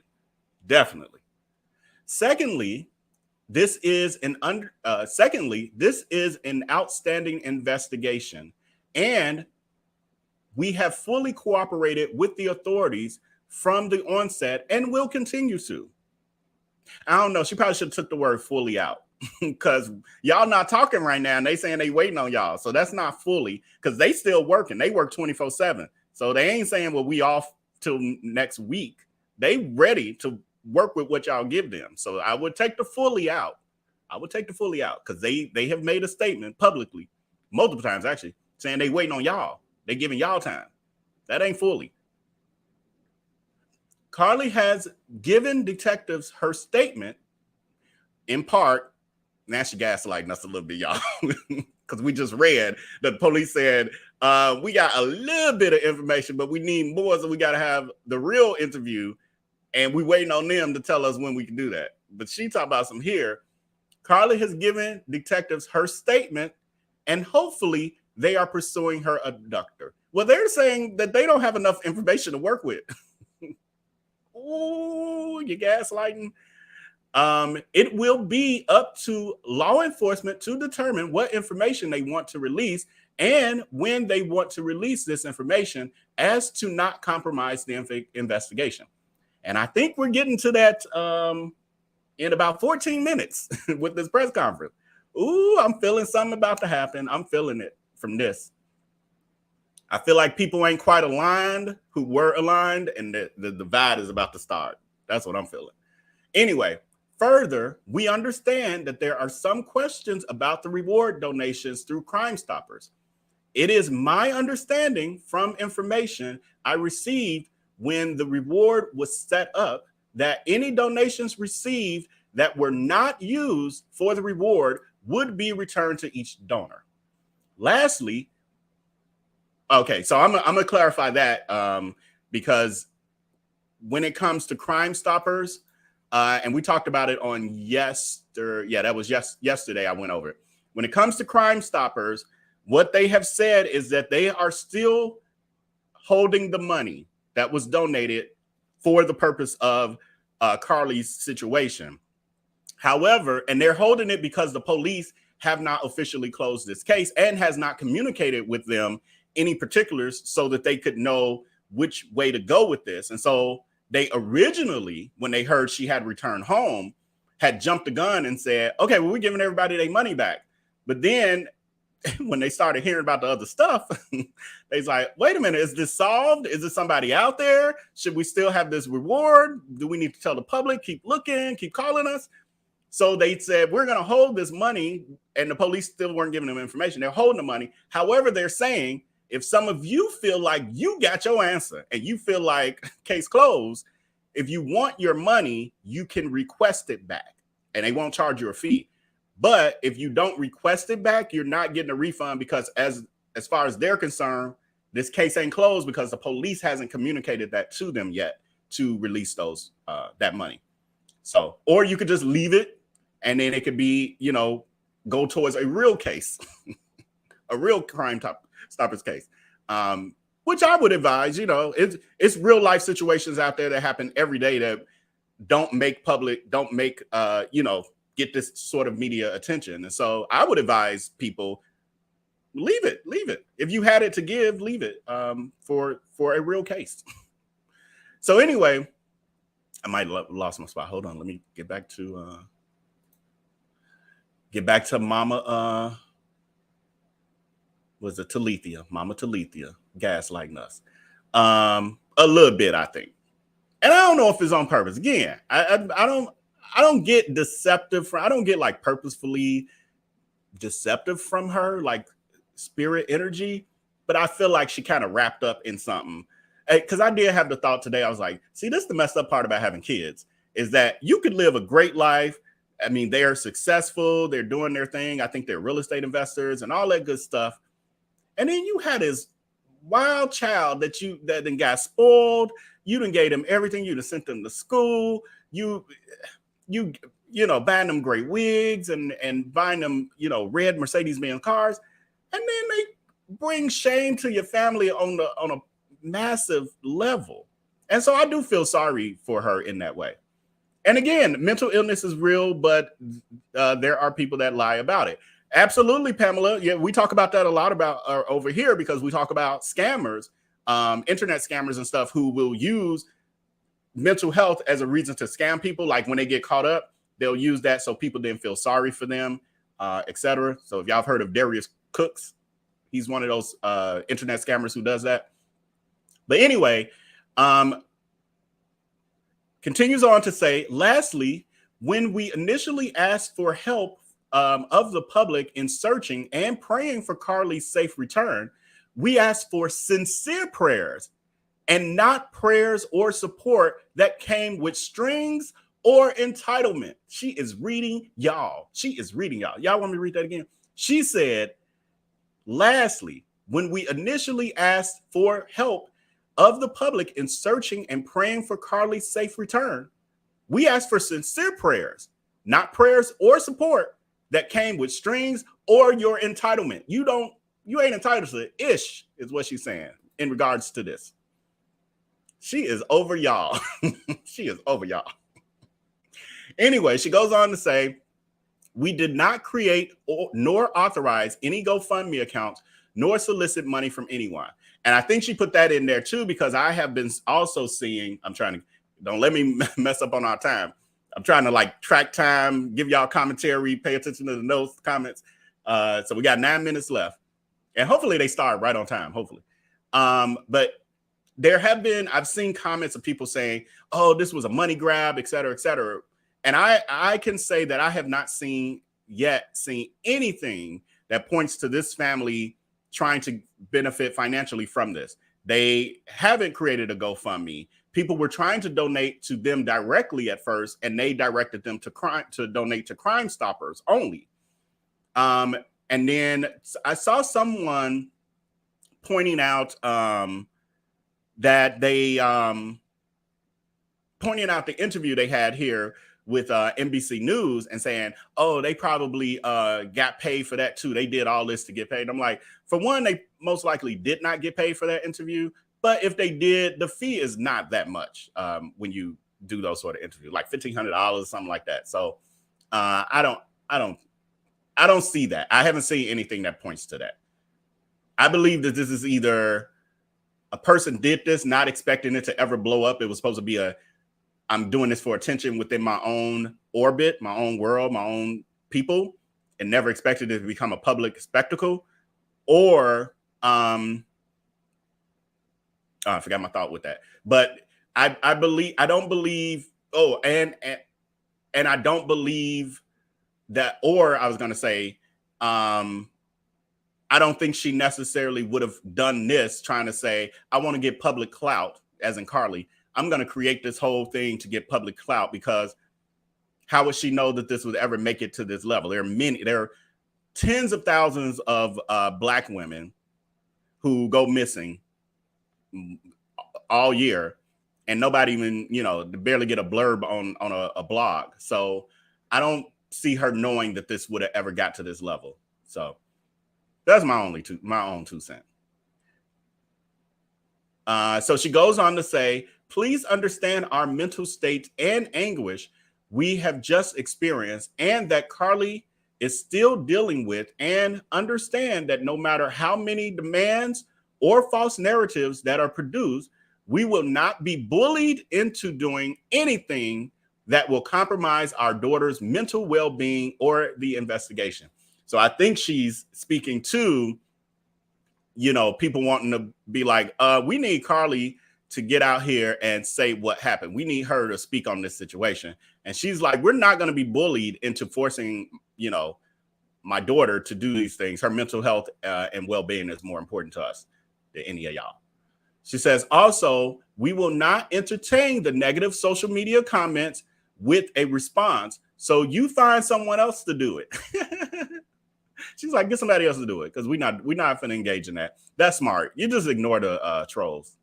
You can't go back and forth with them. The moment you respond, you're losing. You lost. She says, God has been too good to us and brought our daughter safely home, and we will not participate in allowing this moment to be tainted. Y'all would not steal their joy. She says, there is one terrible and heartless hoax we want to address out of several. So there was way more than one. She says, I received a text I received a text at some point from someone claiming to be Carlee and that she was at the Red Roof Inn. However, when my family went there and knocked doors, she just said, and knocked doors and looked for her, and there was no indication Carlee was there, nor that she had ever been there. Any further questions or comments about the case will need to be directed to the Hoover Police or ABI. And I have that too, but we won't have time to, yeah, we got 4 minutes left. But I actually have that as well. I guess I'll put it in the poll. If y'all haven't heard it, the majority haven't heard it, we'll play it. But the poll question I'm closing out, does this message sound like our daughter has mental issues, so leave us alone? Statement to y'all. 77% of y'all are saying yeah. And now part of me has wondered if that is the case of this is a mental health situation. Was it a mental health situation that existed before? Have there been other episodes or just a knowledge of the condition? And was this like the biggest episode ever? Or has there never been any indication of that? And this was first time anything ever happened? And I'm curious of that. I don't know if we'll ever find out, but I'm curious. Have you heard the Red Roof in call? I'm saying call, but it's a dispatch communication. Have you heard the dispatch communication regarding the Red Roof Inn situation when the family was called there and how the police responded and all that? We listened to that yesterday, maybe. I don't know. Y'all correct me in the chat if I'm wrong. But I mean, we listened to it. I just don't remember if it was yesterday or the day before. This is all a blur at this point because we're constantly every day talking about this now. So anyway, Carlee's boyfriend, paying attention to the time. Anyway, Carlee's boyfriend, Tamar Latrell Simmons, also shared a statement. Although the details were not disclosed during the press conference, both statements stressed the importance of allowing law enforcement to determine when and how information should be released and avoid compromising the investigation. And so what he did talk about, he was one of the people that, I think he was one of the first people that after she returned, confirmed saying that that there were kidnappers, that like someone out there who kidnapped her and that she had to fight for her. She fought for her life physically and mentally, you know, all that stuff. So this is interesting, y'all. This is so interesting. So according to Crime Stoppers, they ended up raising $64,000. So Crime Stoppers gave an automatic $5,000 to this situation, like on GP once it started. Then they started getting donations from other donors. It was someone who anonymously, I think someone anonymously donated $20,000, and then also the Realtors Association in Birmingham also donated, I think it was $20,000. I can't remember though. And now it's got me thinking, because my thought yesterday when I heard that, I was like, oh, that was nice of them. And it's interesting. I wonder, is it because her mom or the father is a realtor and they're a part of that association? That's why they gave that money. Because I do know that the mom flips homes. I've seen, or deals in real estate for sure, because I saw a post of hers about that. I didn't go through her whole timeline, but like what I gathered, she's in real estate.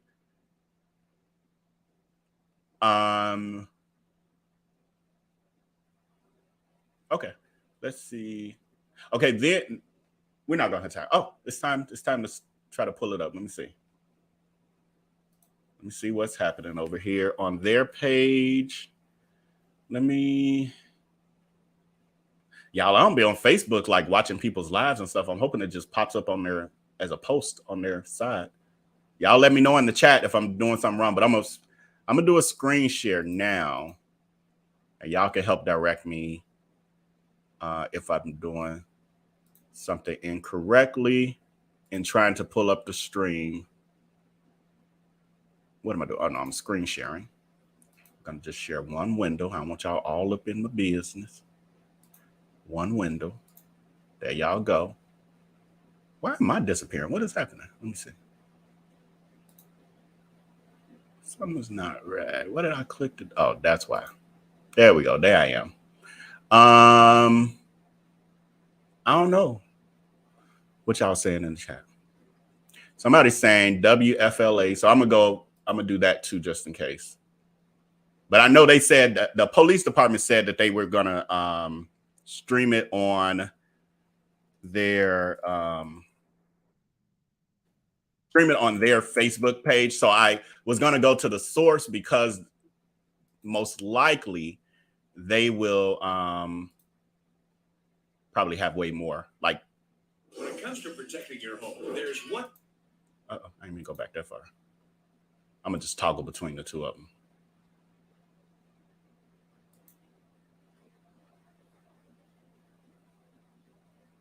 Come on, y'all. It's already you a minute late. I believe I'm being on time. Don't play with me.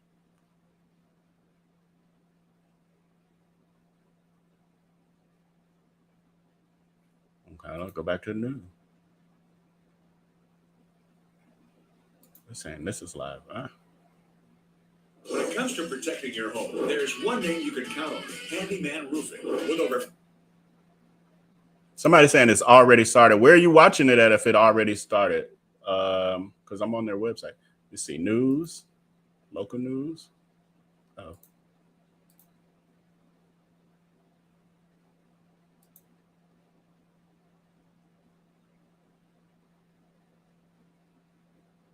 Okay, somebody's saying YouTube. I'm getting a lot of directions. Give specifics. Thank you. Let me see. Let me do this over here.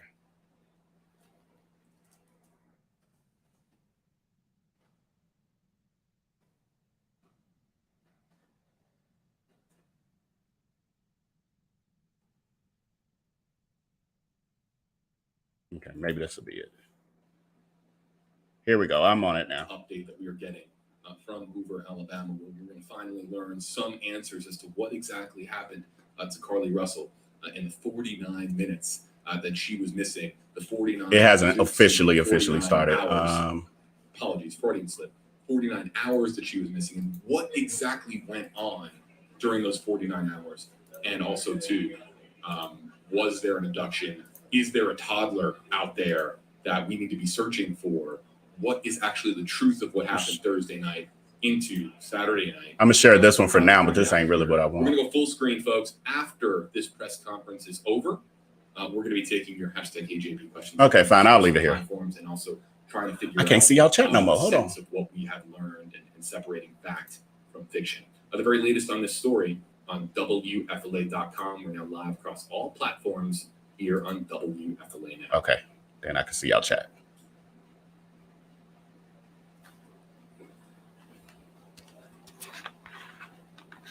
Can y'all hear everything good? We good?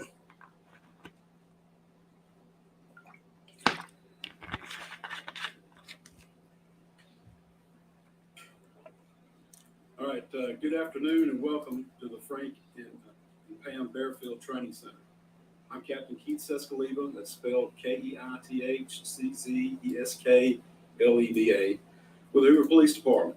Joining me at the podium today will be Hoover Mayor Frank Mercado, spelled Brocato, and Hoover Police Chief Nick Durzis, spelled Derzis.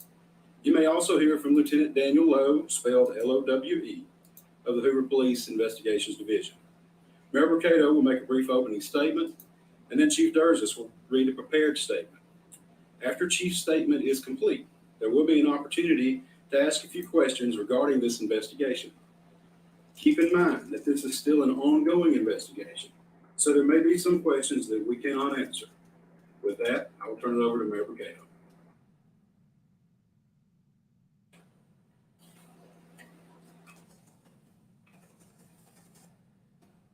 Thank you and good afternoon for coming today.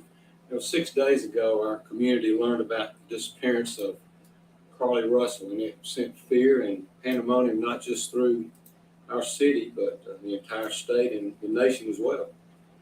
The media quickly joined us to get the word out about Carlee. Our community sprung into action and they organized search parties, arranged prayer vigils.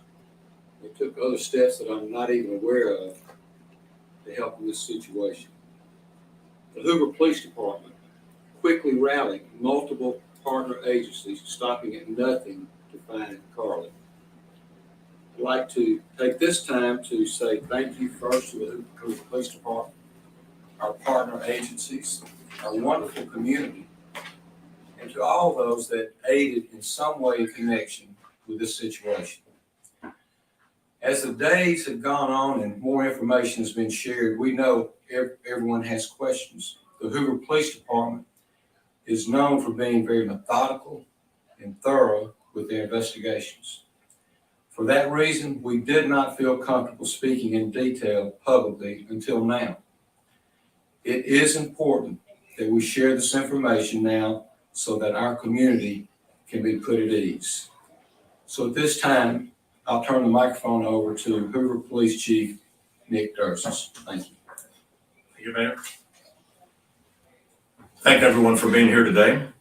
Besides me stands the team who played a significant role in this investigation. I want to thank our department, members of surrounding local law enforcement agencies, the FBI, Secret Service, United States Marshals, and ALEA for their assistance in this case. We said from the evening of July 13th, our focus would be the safe return of Carlee Russell. That occurred on Saturday, July 15th, approximately 49 hours after she called 911 and disappeared. From that point, our focus has been to determine Carlee's whereabouts during that time and what exactly took place. Let me say up front, this investigation is not over. We're still working this case, and we will work in this case until we uncover every piece of evidence that helps us account for the 49 hours that Carlee Russell was missing. However, through the public interest, and in some cases, public fear that this story has generated, we owe it to our citizens to tell them the facts that we have uncovered. So I will give you the facts that we know today. July 13th at approximately 8:20 p.m., Carlee left work from a business at the Summit. Surveillance video from her place of employment shows Carlee concealed a dark-colored bathrobe, a roll of toilet paper, and other items belonging to the business prior to her departure. She ordered food from Tzatziki's at the Colonnade and traveled there. She then traveled to Target on 280, where she purchased some granola bars and Cheez-Its. From there, she remained in the parking lot at that shopping center until 9:21 p.m. when she drove to I-459. Carlee communicated on her cell phone with individuals known to her while on her path of travel up to the point of calling 911 at 9:34 p.m. At this time, we will play the 911 call in its entirety. Ooh, we get the 911. Ooh, they mic drop. We get the 911 call.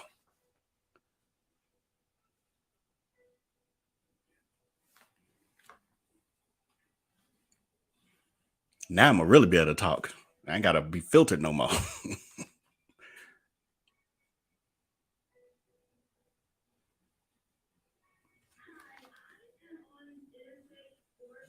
Oh, it's low, y'all. Okay.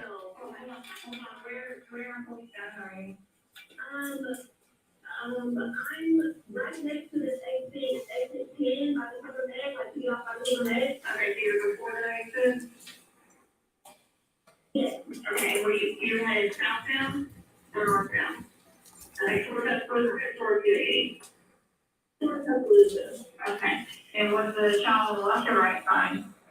On the right side. Were they walking northbound or southbound? They're walking towards Tuscaloosa. Walking southbound, or how old were they like?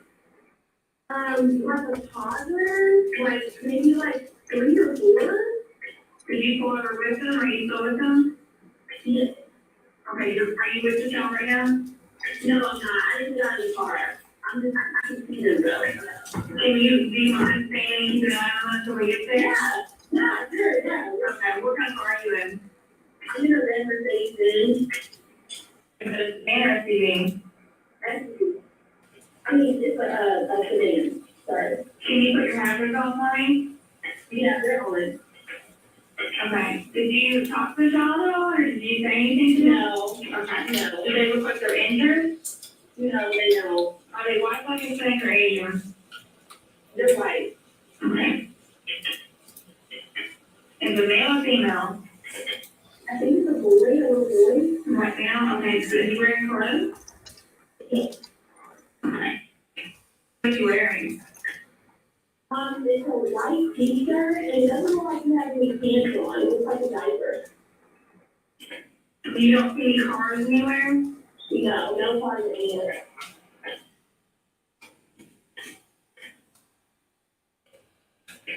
Okay. All right, what's your name? My name is Carlee Russell. And you don't see any injuries on the child from where you're at, correct? No, but I can't really see them that good. Okay, try to keep an eye on them for the best that you can, because I don't want you to lose track of them. Okay. All right, and there's shoes on? No. A shoe? Not that I can see. I can't really see that. Okay. All right, I've got them on the way, okay? Just try to keep an eye on them, but the officers are on the way, okay? Okay, thank you.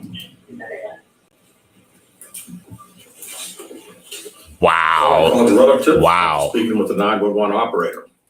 She went missing during that conversation sometime after 9:36 p.m.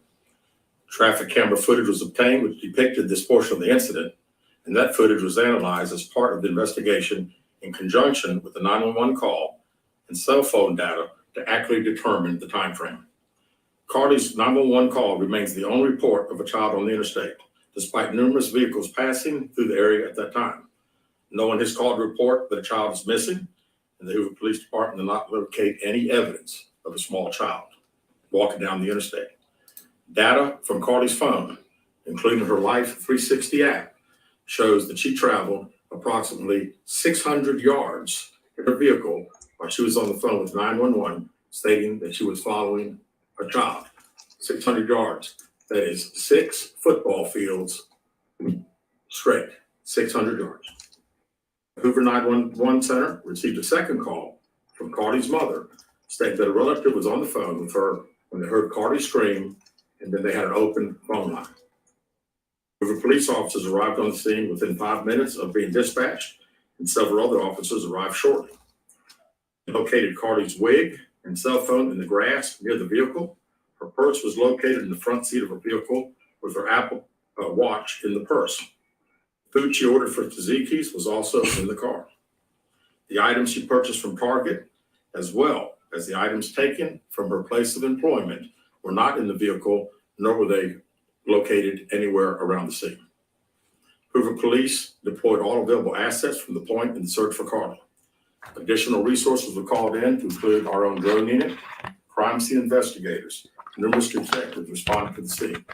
Throughout the day Friday, officers from surrounding local and federal agencies assisted Hoover Police in the search for Carlee Russell.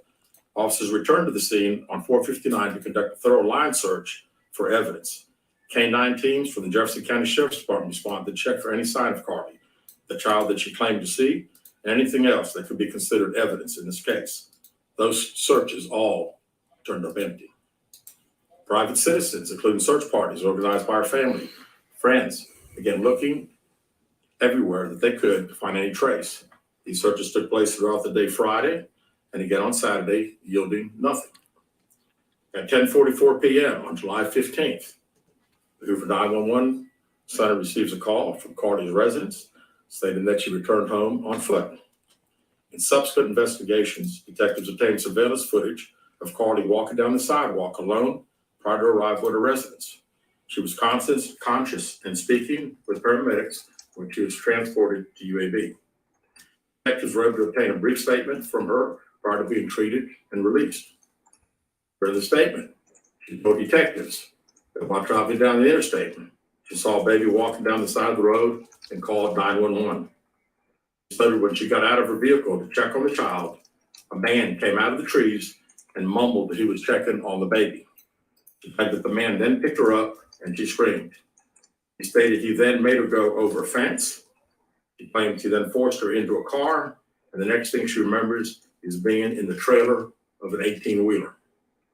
He stated that the male was with a female. However, she never saw the female, only hearing her voice. She also told detectives she could hear a baby crying. No detectives, the male had orange hair with a big bald spot on the back. She said she was able to escape the 18-wheeler and fled on foot, only to be captured again and then was put in a car. She claimed she was then blindfolded, but was not tied up because the captor said they did not want to leave impressions on her wrists. She said that they took her into a house and made her get undressed. She believes they took pictures of her, but she does not remember them having any physical or sexual contact. She stated the next day she woke up and was fed cheese crackers by the female. She said the woman also played with her hair, but could not remember anything else. At some point, she was put back in a vehicle she claims was able to escape while it was in the West Hoover area. She told detectives she ran through lots of woods until she came out near her residence. During this interview, detectives noted that Carlee had a small injury to her lip, and she claimed that her head was hurting. She also had a tear in her shirt. Detectives also noted that she had $107 cash in her right sock. Out of respect for Carlee and her family, detectives did not press for additional information in this interview and made plans to speak with her in detail after giving her time to rest. Detectives continue analyzing data from Carlee's cell phone that was left behind at the scene. We enlisted the help of the United States Secret Service in conducting this analysis. Part of what data includes several internet searches in the days leading up to their disappearance that I think are very relevant to this case.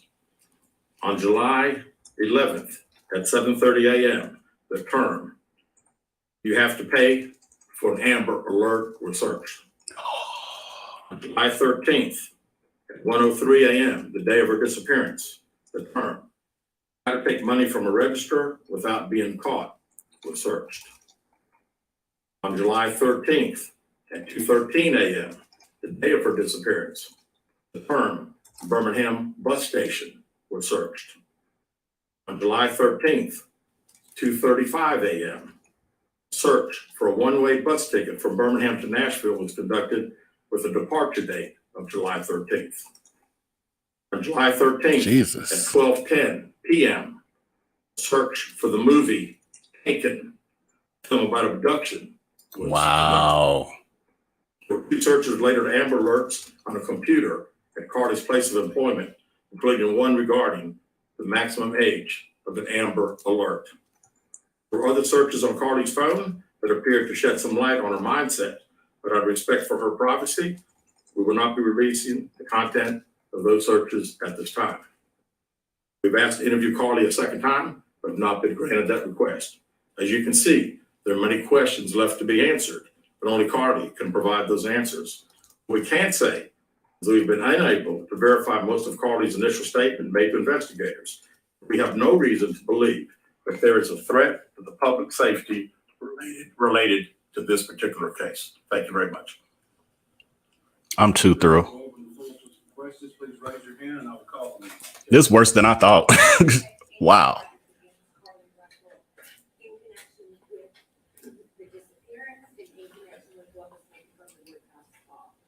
Right now, our focus is to determine those 49 hours, so the investigation continues. So to be perfectly honest with you, that hasn't even entered our mind or been discussed.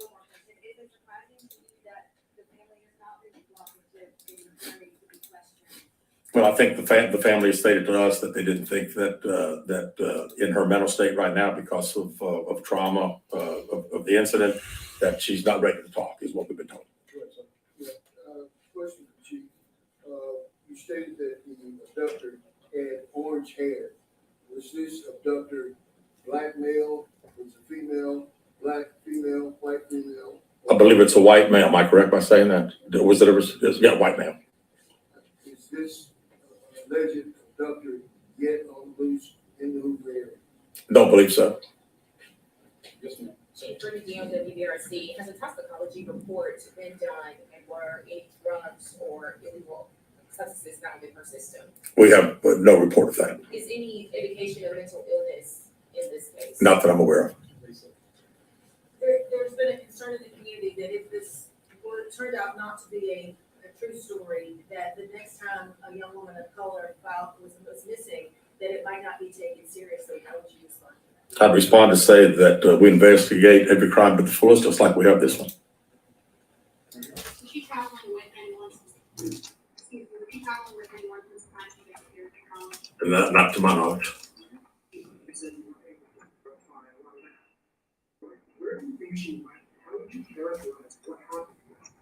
You know, that's the $100 question. You know, we pretty much know exactly what took place from the time she left work until she got on the 911 call, and we can see getting out of the car on the interstate from that footage.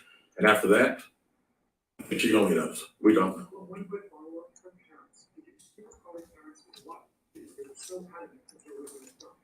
Yeah, I think parents are believing what their daughter's saying, and we've had a very good rapport with the parents. Met with them on several occasions. I've talked to them today a few times, and to make them understand that we're under pressure from our community, not only in our community, the state, but nationally when the story hit. And I just wanted them to understand that today we were going to have a press conference, and what we were going to detail today are facts. And everything that I've told you today is actual facts. It's not innuendos. It's not what I think. It's not what these detectives think. It is the factual information that we have.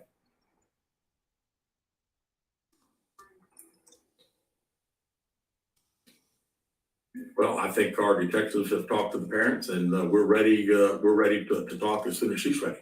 So, you know, if she called right now, we're ready.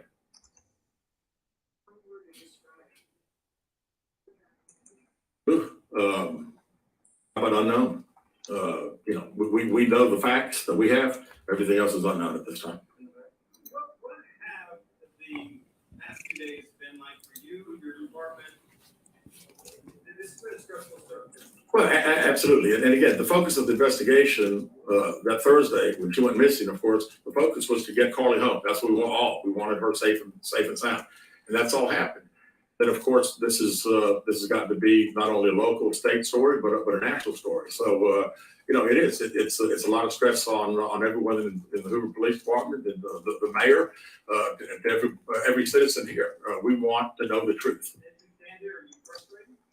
I wouldn't say I'm frustrated. I mean, I'm very happy that Carlee's home. That was the main ingredient here, and then we'll figure it out. I promise you that we'll end up figuring it out.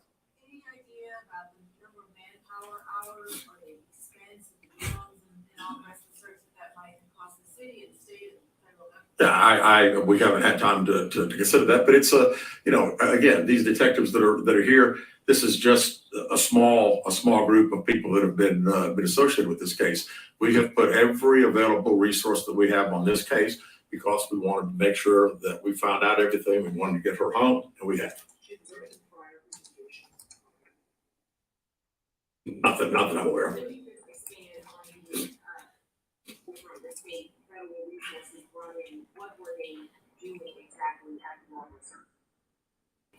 Sure. A lot of the from the FBI side, several agents helping us interview. I mean, as you well know, in a case like this, especially when it goes national, we got hundreds and hundreds of calls. And when you get those calls, some of them may just be outlandish, but you got to follow up on them because you never know that you may get that one tidbit.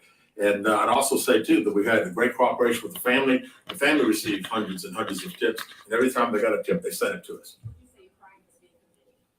No. Well, yes, a crime has been committed. Question for Chief. With all of the searches that you mentioned, Chief, that were on Carlee's phone, does that kind of give you an indication of her mind state during this ordeal, 48 hours? Yeah. Well, you know, again, we want to talk in facts, and I do think it's highly unusual to the day that someone gets kidnapped, that several 7 hours or 8 hours before that they're searching the internet, Googling the movie Taken about an abduction. I find that very, very strange. Yes. Do you feel confident, your investigators feel confident that you know why Carlee Russell think that? No, we do not know. Absolutely not. Can you explain for us, you mentioned while it was saying Carlee was on the phone, she was traveling 6 football fields, which tells you what? Which tells me that I've had kids, and I'm sure a lot of people here have, and it's very, very, again, she said it, and I'm not saying it couldn't happen because I've always been one of these guys, never say never, but 6 football fields. I mean, I like athletics, I like football. 6 football fields. To think that a toddler, barefoot, that could be 3 or 4 years old, is going to travel 6 football fields without getting in the roadway, without crying, without any just moving down. It's just very hard for me to understand. Chief, have you used any technology to enhance that video from 459? And did you see a man grab her? We did not see, from what we can tell, we don't see anybody on the interstate other than her car and then someone getting out of her driver's side. We have sent that off to the FBI for enhancement. It has not been returned. Do you think this case and charges will be forthcoming towards Carlee Russell, and how serious of a crime is it to that would be a 911 call, but to lie to law enforcement? Again, that's not something that we're going to discuss as we're going through the still investigation. But people have to understand that when someone says something like this, we put every available resource. Everybody comes together from, like I say, state, local, federal. It's just a lot of work, and gentleman earlier said frustrating. Right? It is a little frustrating to think that all this has been done and we can't find anything out. No, not to my knowledge. All right, that's what it is. Is this investigation held up until you can speak once again, Carlee Russell? Well, there's a few things that we're still doing, but obviously we want to talk to Carlee as soon as we can and do an in-depth interview. And at that time, I think we'll have these investigators doing some other things. So That's all the questions we're going to answer today. We appreciate you guys coming, and we'll be following up with y'all later. Thank you so much. Thank you for your time, Chief. Thank you so much. Breaking news on WFLA now. Here is JD Buno. Hello. Hold on. Let me. Carlee Russell claims she was abducted by a man who emerged out of the woods along I-459 Thursday. Give me a minute. I'm trying to. Missing. I got a ton of screens around here. Google search history and a lack. All right. They were ready. Can y'all hear me? Make sure I didn't disconnect anything. The little newscast popping up. They already given a summary of the story with graphics and everything. Need a team around here because I sure to have a video, pre-recorded video coming out right after this. Oh my God. I don't even know where to start. I am just like I saw some of y'all with the Carlee, girl, po baby, what's wrong with you? What happened? And the parents, the whole family. She got I think that's her brother or something. I don't think that was the boyfriend. Lord Jesus. What? And it was planned. I mean, it was poorly thought out on so many levels. I guess she's never heard of like the FBI and stuff being able to search your history, the police, on your phone, and she left the phone behind for them to do it. Throw your phone away. But I still think that they could at least ping it and all that. I'm not sure if they'll still be able to get to the data necessarily.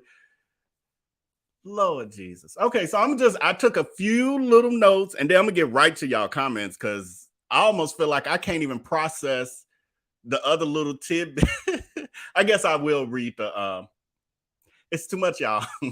So usually I'm at home and I watch this stuff and I'm able to be like, I need a nap from watching this and that, but now I gotta come to y'all and give commentary and my brain is like, what the just happened? Not 100% surprised, more surprised on the details of how sinister and poorly planned and thought out it was. That's kind of mind-blowing me more than anything. She's got to be a Gen Z or something because they don't think too far. And then what is happening in her world where she's wanting to escape? And if you want to escape as a 25-year-old, that's why I think she's a spoiled brat. I swear I think she's a spoiled. Everything to me is calculating to spoiled brat. Because a 25-year-old woman could leave her family on her own recognizance at any point. You don't need nobody permission. You could be like, I don't F with y'all like that. Y'all, I ain't feeling y'all no more. I'm finna go move. Or you ain't even gotta say nothing. Well, no, you should say something so they don't report you to the national media and have all this spectacle going on thinking you missed. Just say, I'm done with y'all. I'm gone. I might be back, I might not.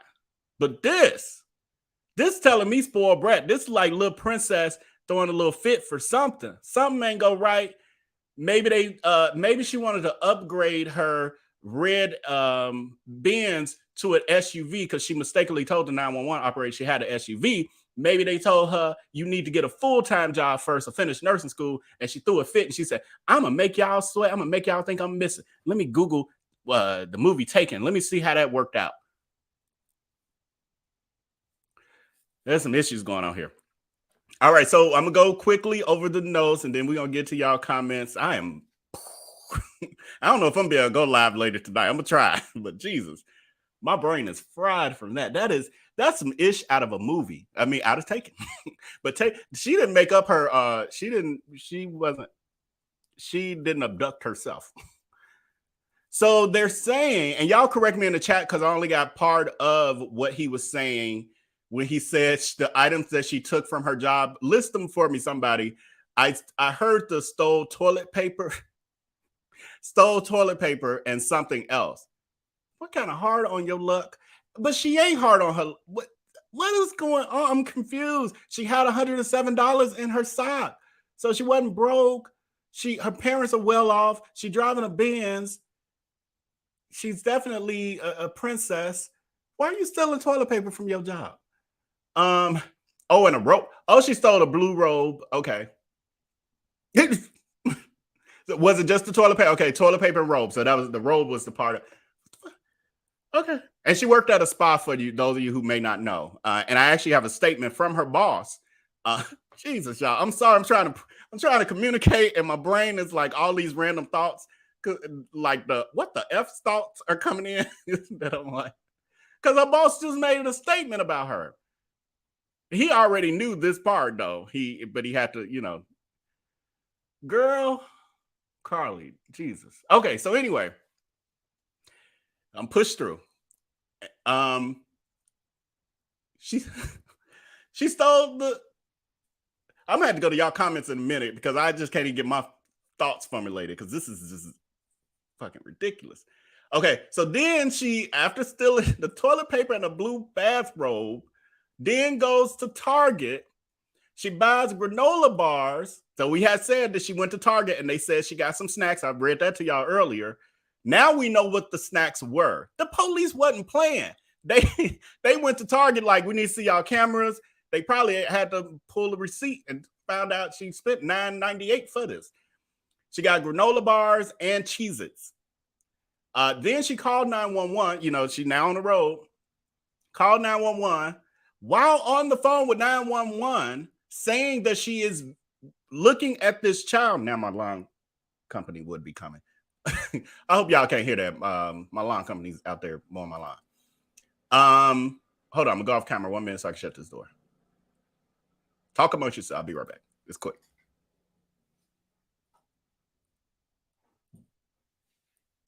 Okay, hopefully that helps. So she, while on the phone with 911, this is why y'all can't be playing with the authorities, and especially with petty crimes and things like this, because I saw this with the James Timothy Norman case with Sweetie Pies and him taking his nephew's life. The type of information that the FBI was able to pull up on that situation was mind-blowing. It's like there was no stone unturned. The fact that they okay, we know she called 911. Of course you would know that. It's recorded, all that. And they played it for us. We finally got to hear it. But they saying while she was on the call, in those seconds that she was on that call, we literally know her car had moved 600 yards, aka 6 football lengths, while she's claiming to be looking at a toddler with a diaper and maybe no clothes or whatever she was saying in does she not know that there are cameras on the interstate? because she ain't obviously that swift. And was that yesterday or the day before, y'all, the video where it might have been yesterday, where I read to y'all the that message, that DM that she was snapping on a girl she was calling a stripper, who obviously was, I guess, trying to go after her boyfriend. And she was telling the girl, "You broke, I'm rich, you a stripper, I'm a nurse," all that. But she's obviously not smart. That part she ain't got, obviously, because just some of the most basic things, like, why even do that on an interstate in the first place? Because of course there are going to be cameras all around. And people, witnesses, tons of them, you go to the most populated place you could possibly go to try to get away with a crime. How slow are you? Carlee, girl. Then she said a man came out of the trees, and when she saw him, he was like, "Oh, I'm checking on the baby." And then he grabs her, so she says, and that's when she screams. Now, her sister-in-law, who was on the phone, I mean, like, when you think about even the fact, yeah.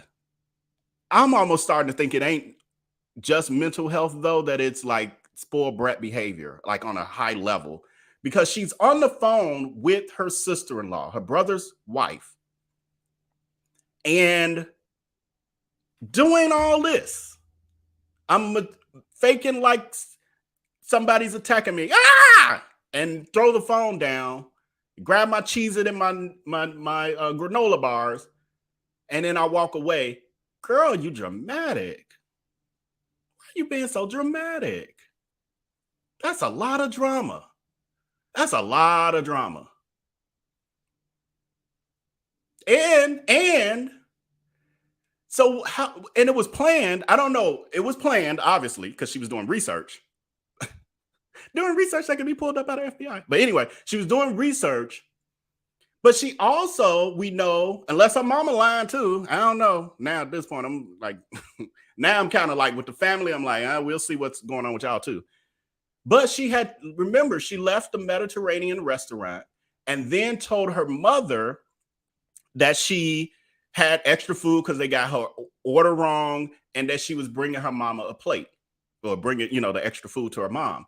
Why even go through all of that of including your mom and having her where now she's going to be anticipating your arrival maybe more than she would have before, because now she's thinking you're bringing her food as well. It's just a lot to it. It's a lot. Was that a lie? Did you not, Carlee, even get an extra serving of whatever you ordered? They didn't mention, though, here, unless I missed it, y'all correct me if I'm wrong, but I don't think they mentioned if she had the restaurant, the Mediterranean food, if that was left in the car, or did she also take that with her with the cheeses and granola bars? So she said the man came out, he snatched her up or whatever. All she then remembers is going into the woods. She then ends up in a semi truck. So he took you off the interstate to where the semi truck was, I guess. She then says it's a male and a female. She never saw the female because she just heard the female voice. The man was a white male with orange hair, and I think she said a bald spot. She could see a semi truck is not that big. They do have the bed. So how's the lady there? You seeing the back of his head to know he bald, but you ain't seeing the lady. Where else could y'all be? And the baby, and there was a baby. This story, Jesus, she didn't even think the story through really good. Then she claimed at some point she was blindfolded but not bound.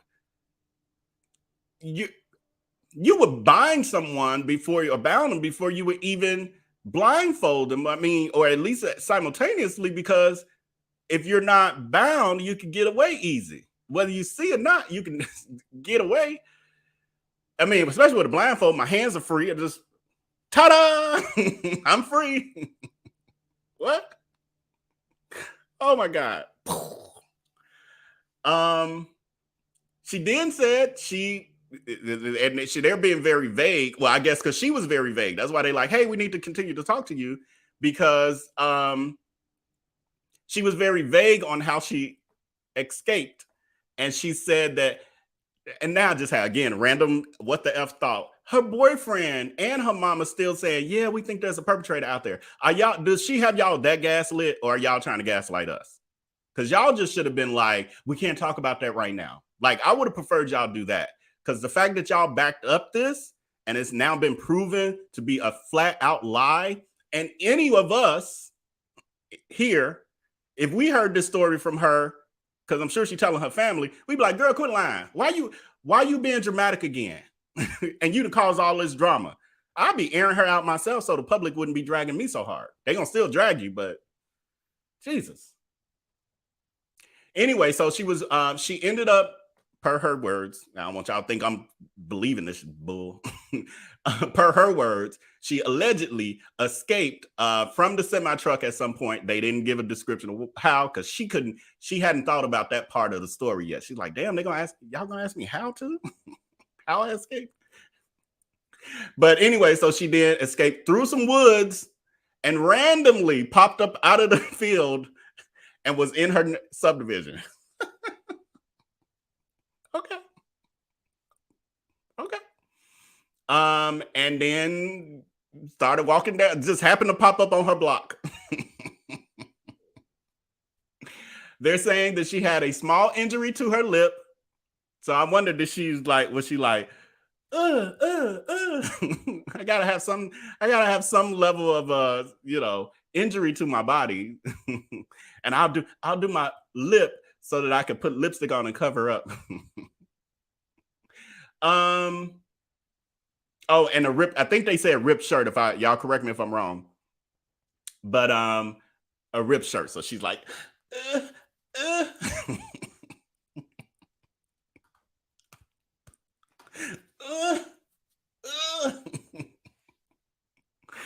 Anyway, then she moves on. So then they talk about she had $107 in her right sock. The girl wasn't even smart enough to leave the money behind. Well, she needed it for her 49-hour excursion of sorts, wherever she was.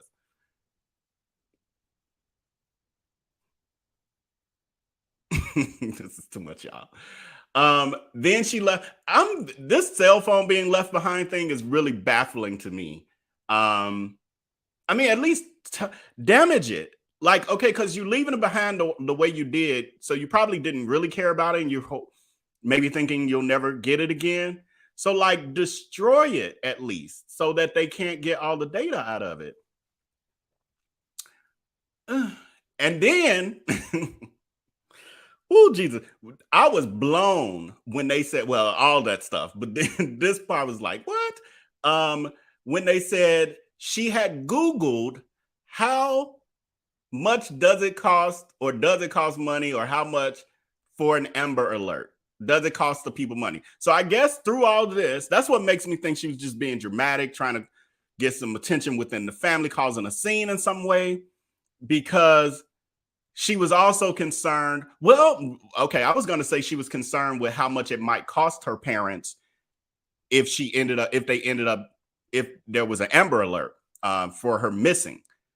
Could be being a spoiled brat, because spoiled brats will do this too. They like, well, if you not buy me my new Benz SUV, I'm going to make you spend the money another way. And then she's like, how much would they end up being charged if they have to get an Amber Alert on me?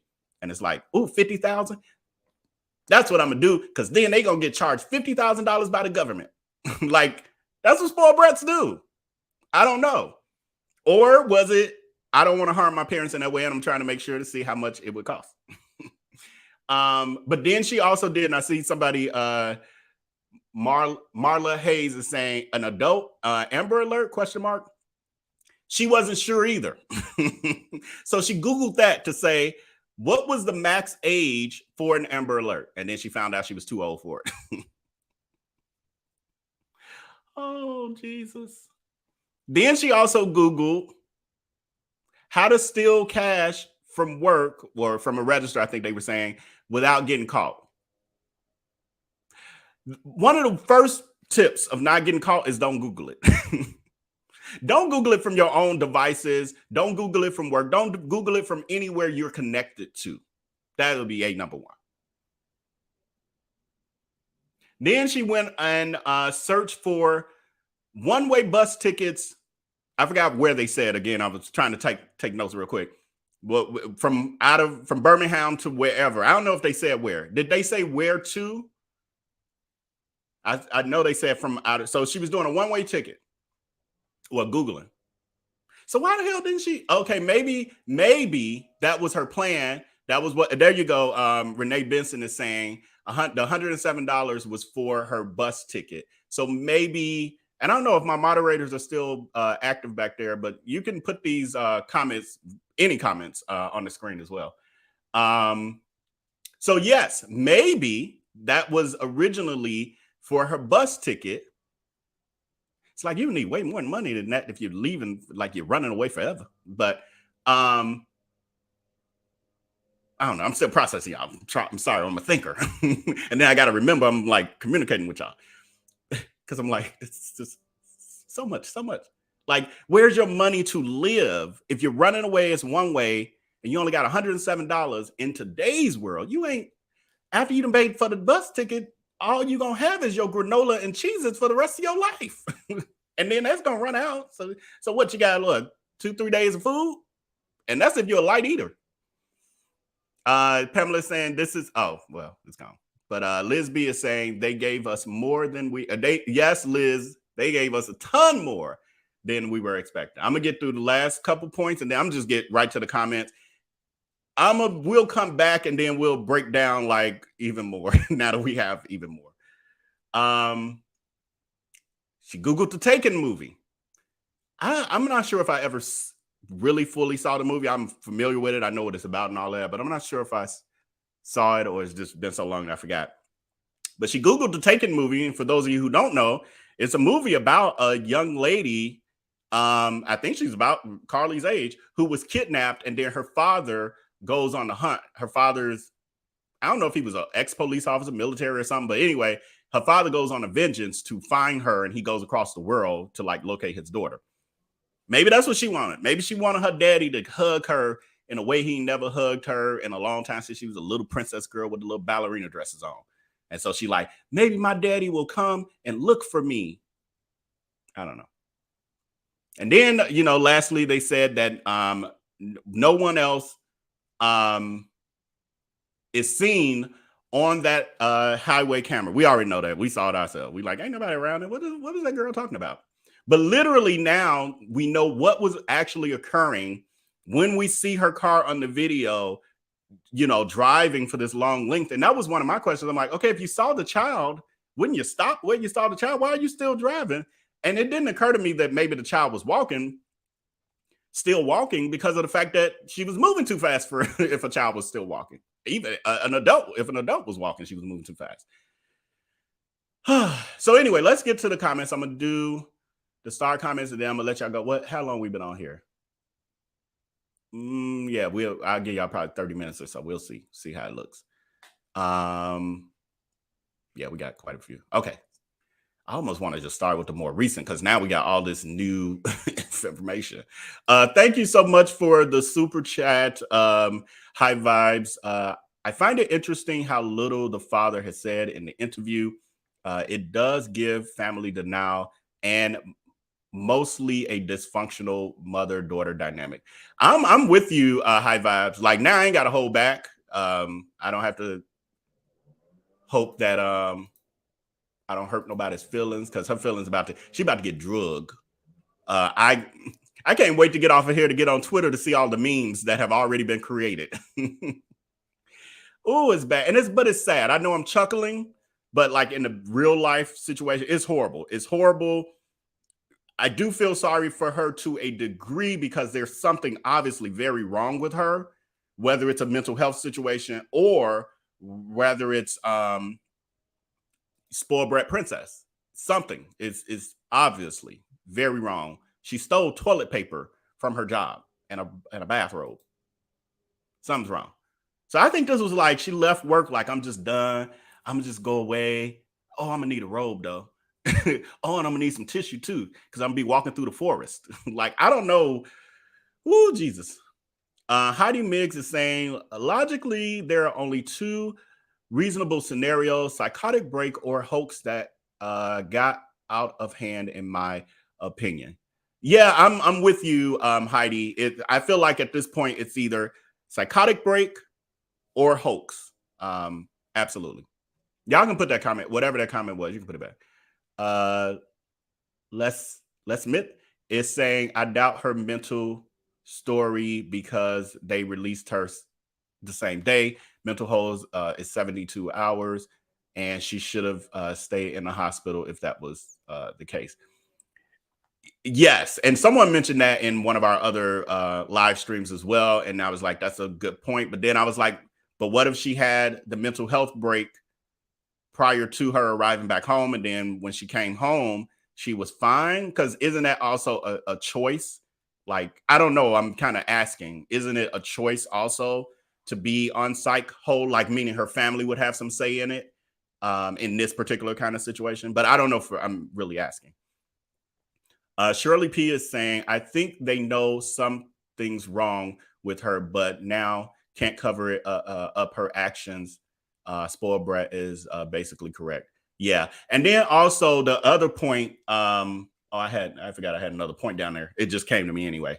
But I did feel for the police when he was saying how basically they had the conversation with the family saying, hey, we're going to have to say something to the public at this point because this has created mayhem in the public and people are like coming at us. And so now then the police started to get vilified, like, what's happening here? And are we in danger? And you guys aren't saying anything, when in all actuality, they knew no one was in any danger more than normal.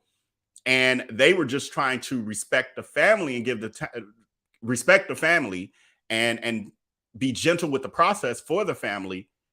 But they like, hey, y'all ain't moving on this, and we got to move. Like, we got millions of people at this point. Like they saying, they're getting hundreds of calls a day. I can imagine.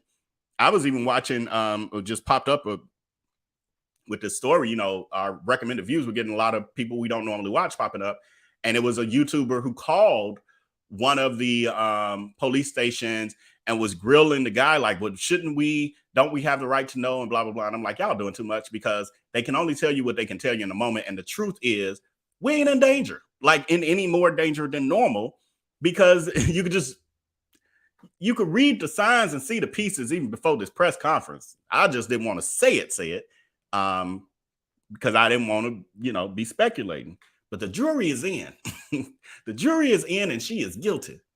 I did do a couple polls too. Well, I'm not going to do that because we got so many comments that I can't find it stuff quickly right now. Taraka is saying, Taraka? Jackson is it's sad and sick that someone would do something like this. It's hard enough for Black women that are missing to get media attention. And that's some crazy stuff like this. Yeah, I've seen that comment quite a bit. So there's a lot of, I'm hoping that is just not the case. I know that some people will bring it up I know it's going to be brought up, but hopefully it won't impact, because God knows there's not enough attention already on missing Black women. Natasha Cutie Pie is saying, the girl was gone for 2 days in her own neighborhood. This shouldn't be hard to wrap up. It's looking that way. You are right. I mean, I guess the question is, where exactly was she? But obviously she was on foot, so she wasn't that far. Woman Well Done is saying, the Google searches voids the mental episode. It's premeditated because she was planning it. I mean, but I hear you. I see that perspective. But then the other side is, I have known and had experience with people close to me who have had psychotic breaks that occurred over weeks, where they were like, really months, where they were like little glimmers of things that were a little odd. And I was young, so the family was kind of ignoring the odd behavior, but it just progressively got worse and worse and worse. And so, I mean, So it ain't necessarily always isolated in quite that way, in my experience with it. Lavelda is saying, what psychotic break tells you to go to Target to get food you actually take camping? Well, people eat, I don't know about this one. Like people eat Cheez-Its as a snack without going camping. And they also eat granola bars like randomly. So I hear you, but people eat those randomly. I like Cheez-Its, but I don't like granola, period, really. But I have bought Cheez-Its to just snack on. I'm reading the comments, so let my comments stay up, my moderators. I'm gonna do this one though. Amish Blanchard's mom was there to. Oh, you're talking about Anaya Blanchard's mom was there to help. Surely she relived her daughter's situation. Very sad. She didn't get her child coming back to this woman alive. Yeah, I actually played that video yesterday. We watched her live stream where her name is Angie Haley Harris. She spoke on her Facebook Live about her experience with this, and yeah, but not in detail. Like she didn't blast Carlee, but she alluded to like there was something more going on, and she did say we were here when it was time, and today was time. Monique C says, my mom don't need a reason to hug me. I'm just saying. I'm with you, Monique. I was thinking the same thing. That food comment really threw me off. And now, again, it's tying into like, oh, that would be why the mom would say she wanted to hug her because she was not being selfish for a change. What? And this is the kind of mama she got. She hugs her for not being selfish. With some of us got mamas would be like, if you don't, your selfish ass, like if you don't stop, like different kind of parent, though. Alice is saying, so the kidnapper was kind enough to let her bring snacks. Yeah, because that was the thank you for reminding me of that part of it. Part of the story was her saying when they asked her like basically what happened, and she said, well, the lady just gave her Cheez-Its. Well, it was the Cheez-Its that you bought. So the kidnapper scooped you up, you scream. I guess the lady grabs the toddler, and then the kidnapper is like, oh, I didn't know you had granola and Cheez-Its. Let me grab this too. But I don't need your cash. I don't need your phone. I don't need none of your valuables. But these Cheez-Its and granolas looking mighty good. Okay. Emily's Whimsical World is saying, in the video, you don't see any child. And how did she see the child from? So, well, yes, we know the child didn't exist. I'm not even bother going down that path anymore. We know the child didn't exist. Does she have a history of mental illness? Yeah, that's the part that I don't know if we'll ever find that out, because that would be the family's information to share or not share. And I kind of believe that the family's done effing with us, if you know what I mean. I kind of feel like they like F the public, especially at this point. We'll see, but I believe we ain't gonna hear nothing else from them.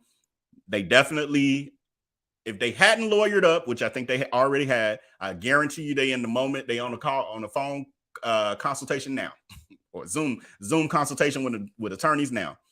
And we'll see if this actually if they get charges. I feel like this press conference left it very open for charges, very open. That I believe we're not done with this story. And if nothing else, it's going to be that they're going to want to make her pay for the cost to municipalities for people, all the work and all the agencies that had to get involved. This ain't over on some level this ain't over for them. Now, how much we continue to hear about it, I don't know. We'll hear a little bit more, I'm sure, but I'm not sure how far this is going to go. James Hudson, hey, James is saying, what Black woman leaves her wig? Those units can hit for 2 G's a pop, depending on the human hair used. I mean, the truth is, when we go to I mean, I guess that's a good unit, I guess. But some of these, I guess that's a good one. Okay. What did I say? Oh, it was the more recent one. And they were saying that this was her, and I'm not sure how true that is, but they were saying, and she took this picture right before she left work, kind of thing. Like that was the night of. So if that's the wig she had on, to me, I wasn't that impressed with it. It looks a little synthetical. I know that's not a word, but it looks a little synthetic. But her other wigs actually, or as y'all call them, units, don't look too bad, at least from here. So, but I don't know wigs like that. But they don't look cheap. I can tell a cheap wig. Okay. Oh, back to the comments. I just clicked off of there. All right, and then I'm gonna wrap it up in a couple minutes because my voice is tired, and I did want to go live later, and I don't want to wear myself out. MOA is saying, how is a child that's not even potty trained on the side of the highway? Yeah, we know that child didn't exist. I'm gonna go to the more recent comments. Hey, Michelle. Michelle is saying she gotta pay back the state. Yeah. So I was just saying that I'm pretty sure that is what is gonna happen. Now the question is, what's the cost? And I'm sure she probably won't get prison time. I don't think she would. I think unless they decide it's more malicious, it depends, I guess. But I could see her getting like community service, maybe some mental health services and community service, I guess, depending on what's really happening behind the scenes. That's the piece I'm wondering if we'll ever really know. Alice is saying the fact that they aren't talking about the quote unquote kidnapper is another thing that makes me wonder. Yeah, this must have been before. Let me look at these timestamps. Yeah, that was before the press conference.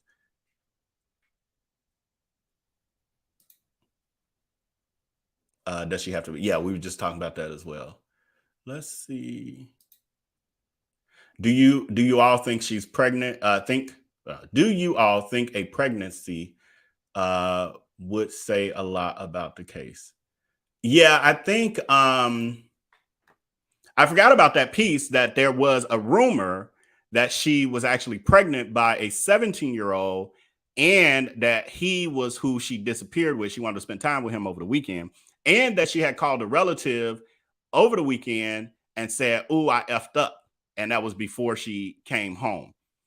These pieces of stuff, I don't know about the 17-year-old and the pregnancy part, but calling the relative saying, "Ooh, I effed up."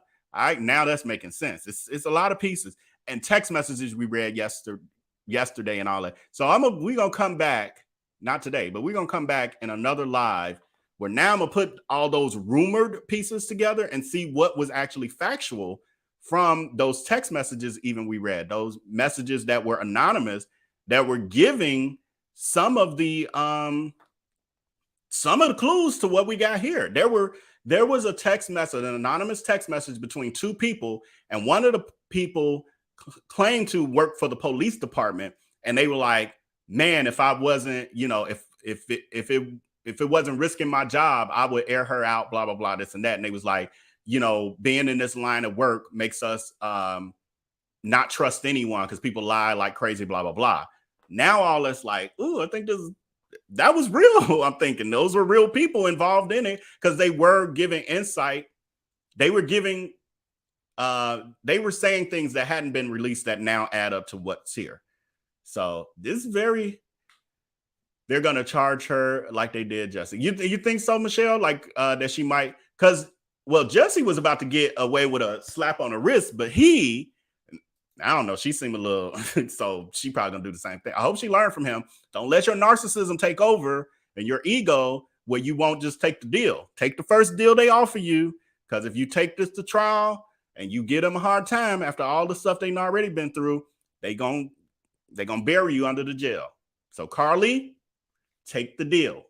Take the deal. I don't care what it is. Take the deal. The first deal. You ain't got the upper hand here.